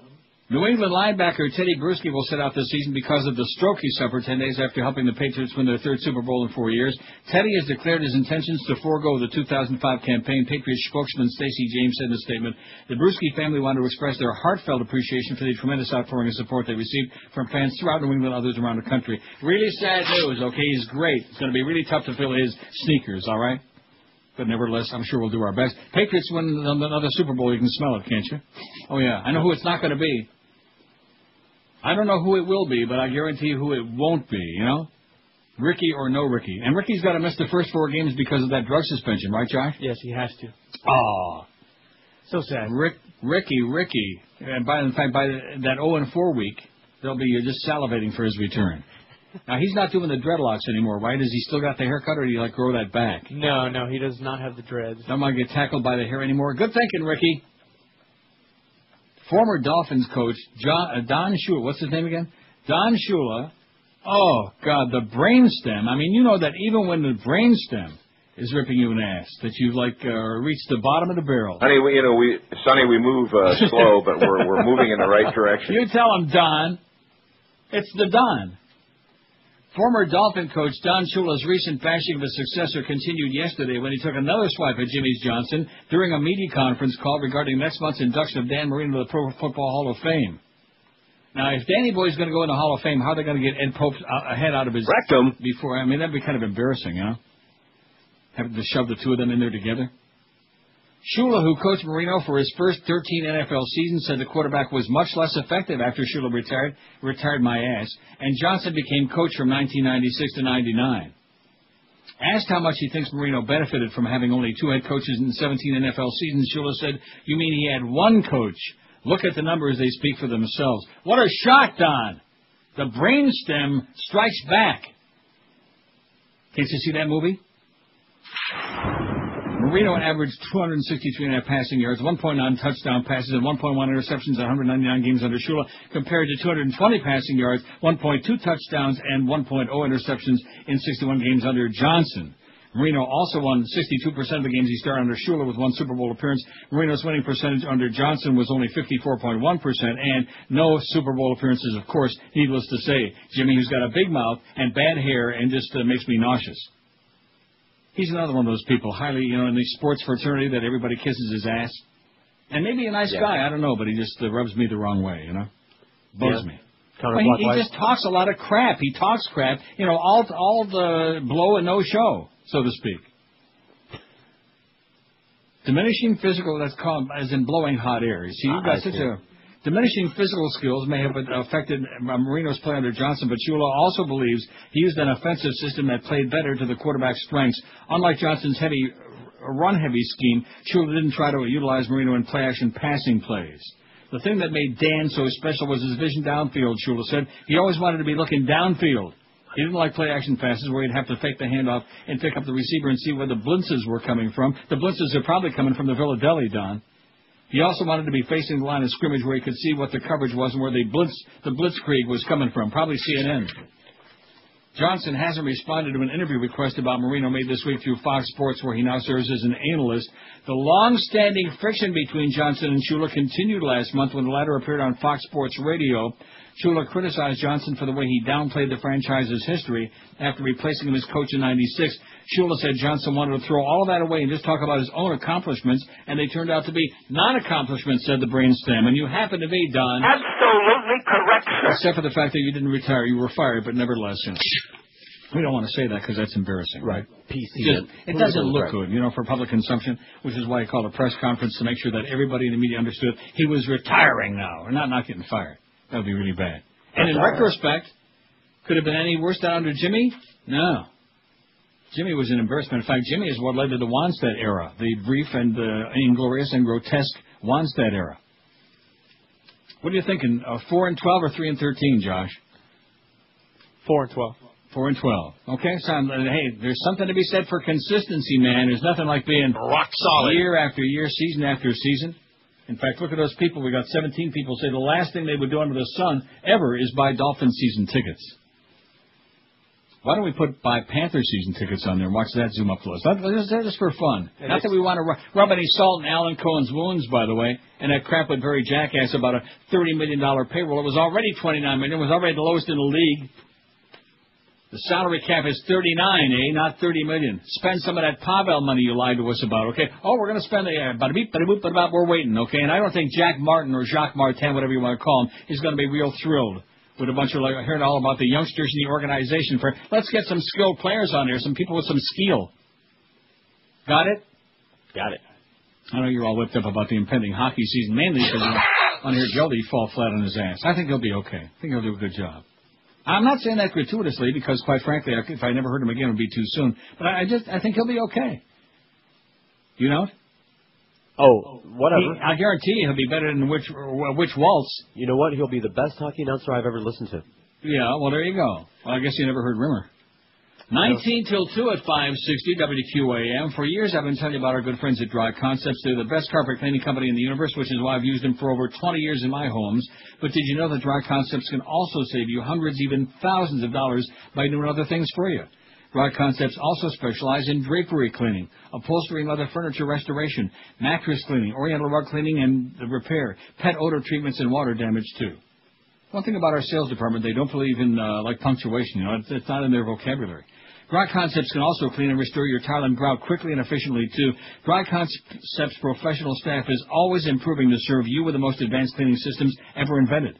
And during this month, during the month of July, it's Dry Concepts Summer Sizzler Sale, so be sure to take advantage of great savings, even better than usual, on all Dry Concepts services, from carpet cleaning to tile and grout cleaning. It's the only place you ought to be calling. And don't forget, they give you a written guaranteed price up front, no rip-offs, no scams, no games. So call Dry Concepts, do yourself a favor, toll-free in Dade, Broward, and the Palm Beaches. It's 1-800-248-5071. That's 1-800-248-5071, or on the wicked web, it's dryconcepts.com. When it comes to entertainment, it's Neil Rogers. It's Sports Radio 560, QAM. Announces his most ambitious charity super concert ever. It's One Hit Wonder A. More than 50 bands will take the stage to raise money for themselves. Among those scheduled to appear, Betsy's Midnight Runners, Men Without Hats, Taco, Crash Test Dummy, Meredith Brooks, Steve Light, and Tommy Tutu. All proceeds from One Hit Wonder A go directly to those who desperately need it, like Kajagoogoo, Thomas Dolby, the Baha Men, Lou Vega, Modern English, and Katrina and the Waves. These one-hit wonders wonder where their next meal is coming from. And now you can help. The Proclaimers, the Divinals, Spandau Ballet, The Paper, Mikey Goes to Hollywood, and Rico Suave himself, Gerardo. One-hit wonder aid. It's about music. It's about compassion. It's about helping Vanilla Ice find a new refrigerator box to chill in. It's 1:45. I love that. 15 till 2 at 560. You know what's going to be the last bit that we're going to play out of the last break? Yes, I do. Let me give you a little clue. The home orifice of a former professor accused of being a Palestinian terrorist leader received faxes from the group praising heroic operations that resulted in the death of Israeli soldiers, according to documents introduced to this trial yesterday.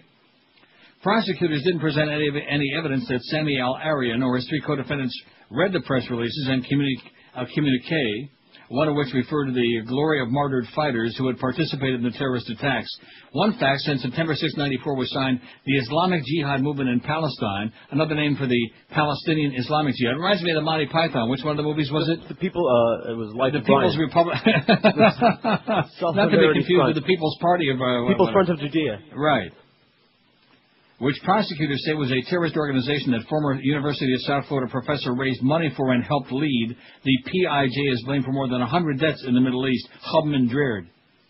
Prosecutors also played a videotape showing Abd al-Aziz Awada, a defendant in the case who's still large, intoning no peace with Israel and saying that only jihad or holy war will resolve differences with Israel and we should poison their halava. How do you like that, huh? You should go pee on your Hummintashen. All right, you first. We missed Purim this year, and I'm really PO'd about it. Probably I'm still alive. Yeah, it's long gone, like back in March. We missed it. No, we got the Homentashen from Halberstam, remember? And I ate that whole bag of sorbitol-laden gummy bears. All right. Wow. Rectum. One of you got irritable bowel. Right. You know, he's a good guy, but he's another one of these, killing you with kindness, poisoning you with stuff that you can't possibly... Like your ex-accountant that brought me all that sorbitol halava to the game one night, a hockey game. Yeah. I told you about that. Yes, you did. It was delicious, I'll say that, but boy, I sure was a busy boy for a long time on the, on the throne. They said put the queen on the throne. 705, it's not even a contest. We made that... see, if we'd have really put our... that was like a finesse de brise, it was so easy. If we'd have put our head to the grindstone, we could have gone for 800 a day, Josh. Didn't do it. Probably good idea, too, Yeah. 705, not a problem. The thing I'm least likely to do, have gay sex. That's down to 58.1%. Vote Republican, 83. And join the military, 50. That number is zooming up fast. Justice Department seeks to pursue tobacco profits. See, this is what really kills me. If they're going to do this, and I'm not one who advocates smoking cigarettes, but let me just say this to you. What? They already got basically a skull and crossbones on the package. Right. There isn't anybody out there over the age of 5 that doesn't know that cigarettes are going to give you lung cancer, possibly, they got or vitamins lip cancer, for whatever. And see, it's not like back in the day when Salem cigarettes, they always showed this beautiful young couple out in the woods, and it's kind of like you'd be glamorous and beautiful if you smoked Salem, or every one of the Marlboro Man, you're going to be as macho as he is if you smoke our faggots, stuff like that. Mm-hmm. But in the meantime, we got all this stuff that you buy in your supermarket that's loaded, speaking of the FDA, and loaded with chemicals and preservatives and additives and just killing us like crazy. We have all these cancers and clogged arteries and all this other stuff. And nobody's saying, oh, wait, once in a while you get somebody who wants to sue the fast food joint or something like that. But what about all the stuff that we eat every day that you buy in your supermarket? And that's poison. Yeah. Well? Nitrates. See, when you're like an adult, go out and make your own choices. That's all I can tell you. And don't be always looking to sue everybody. The Justice Department appealed to the Supreme Court yesterday in its landmark lawsuit against the tobacco industry, arguing that the government should be able to pursue as much as $280 billion in past profits from cigarette makers for allegedly misleading the public about the dangers of smoking. Right. The petition to the High Court could revive a crucial part of that case and contrast with the Department's recent decision to drastically reduce a separate penalty it wants the trial court to impose, which would pay for smoking cessation programs. In a forcefully worded 28-page filing, government lawyers call their case against the tobacco industry the most important civil filing ever brought by the Justice Department under federal racketeering laws and warned that lower court rulings in the case threaten other prosecutions as well. Good.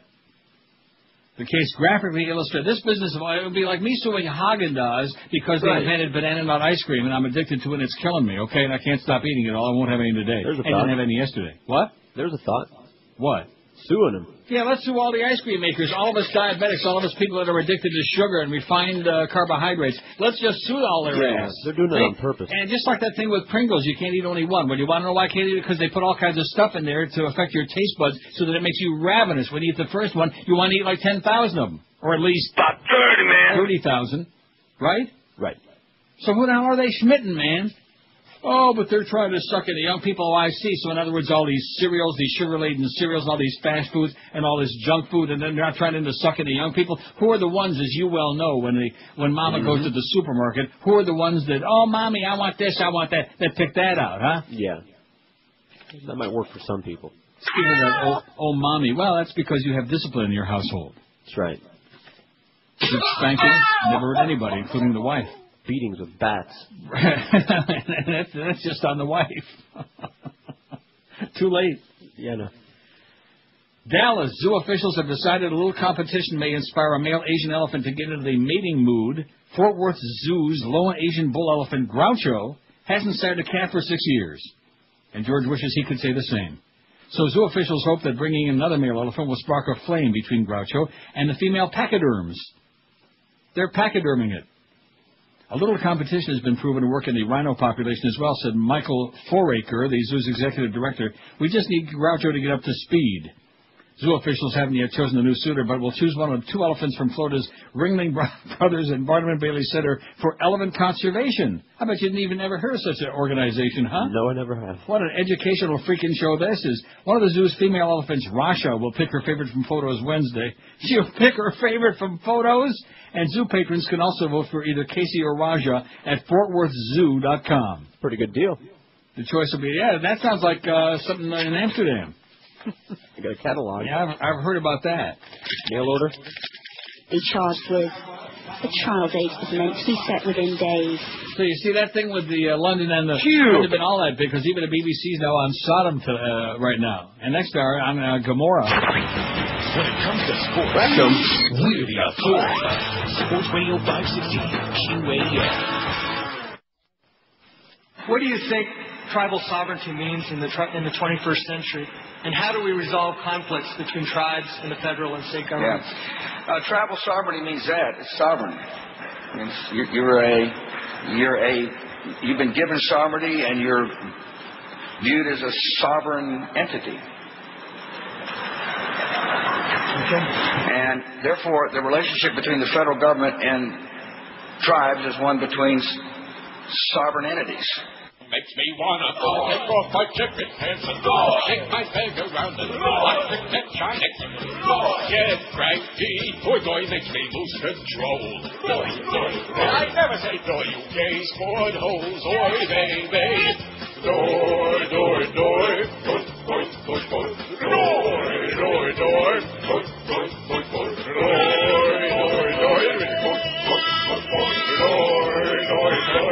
I squeeze my members, I then day. Yay, and boy makes me feel giddy and so gay. You make me wanna hold my knees real tight and take off my jacket pants and I say you're going out till I tell you how.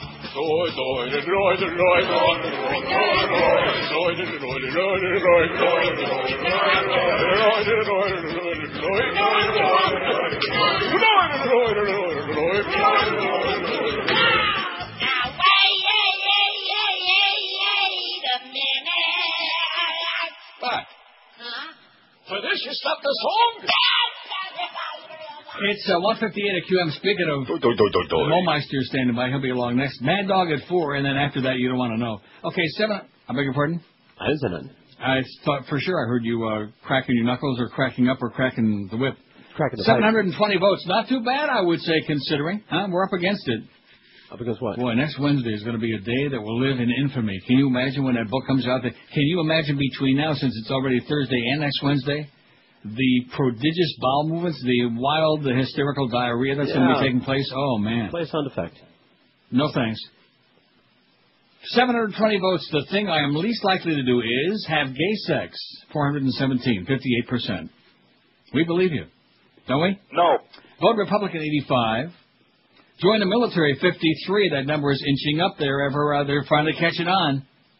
They're not interested in being a human sacrifice. Let somebody else do it. Let the old toads do it. Let Rumsfeld go over there and kick ass. His own. Listen to Sports Talk, 36. Eat sushi, 27. Worship a god. Oh, God. 19.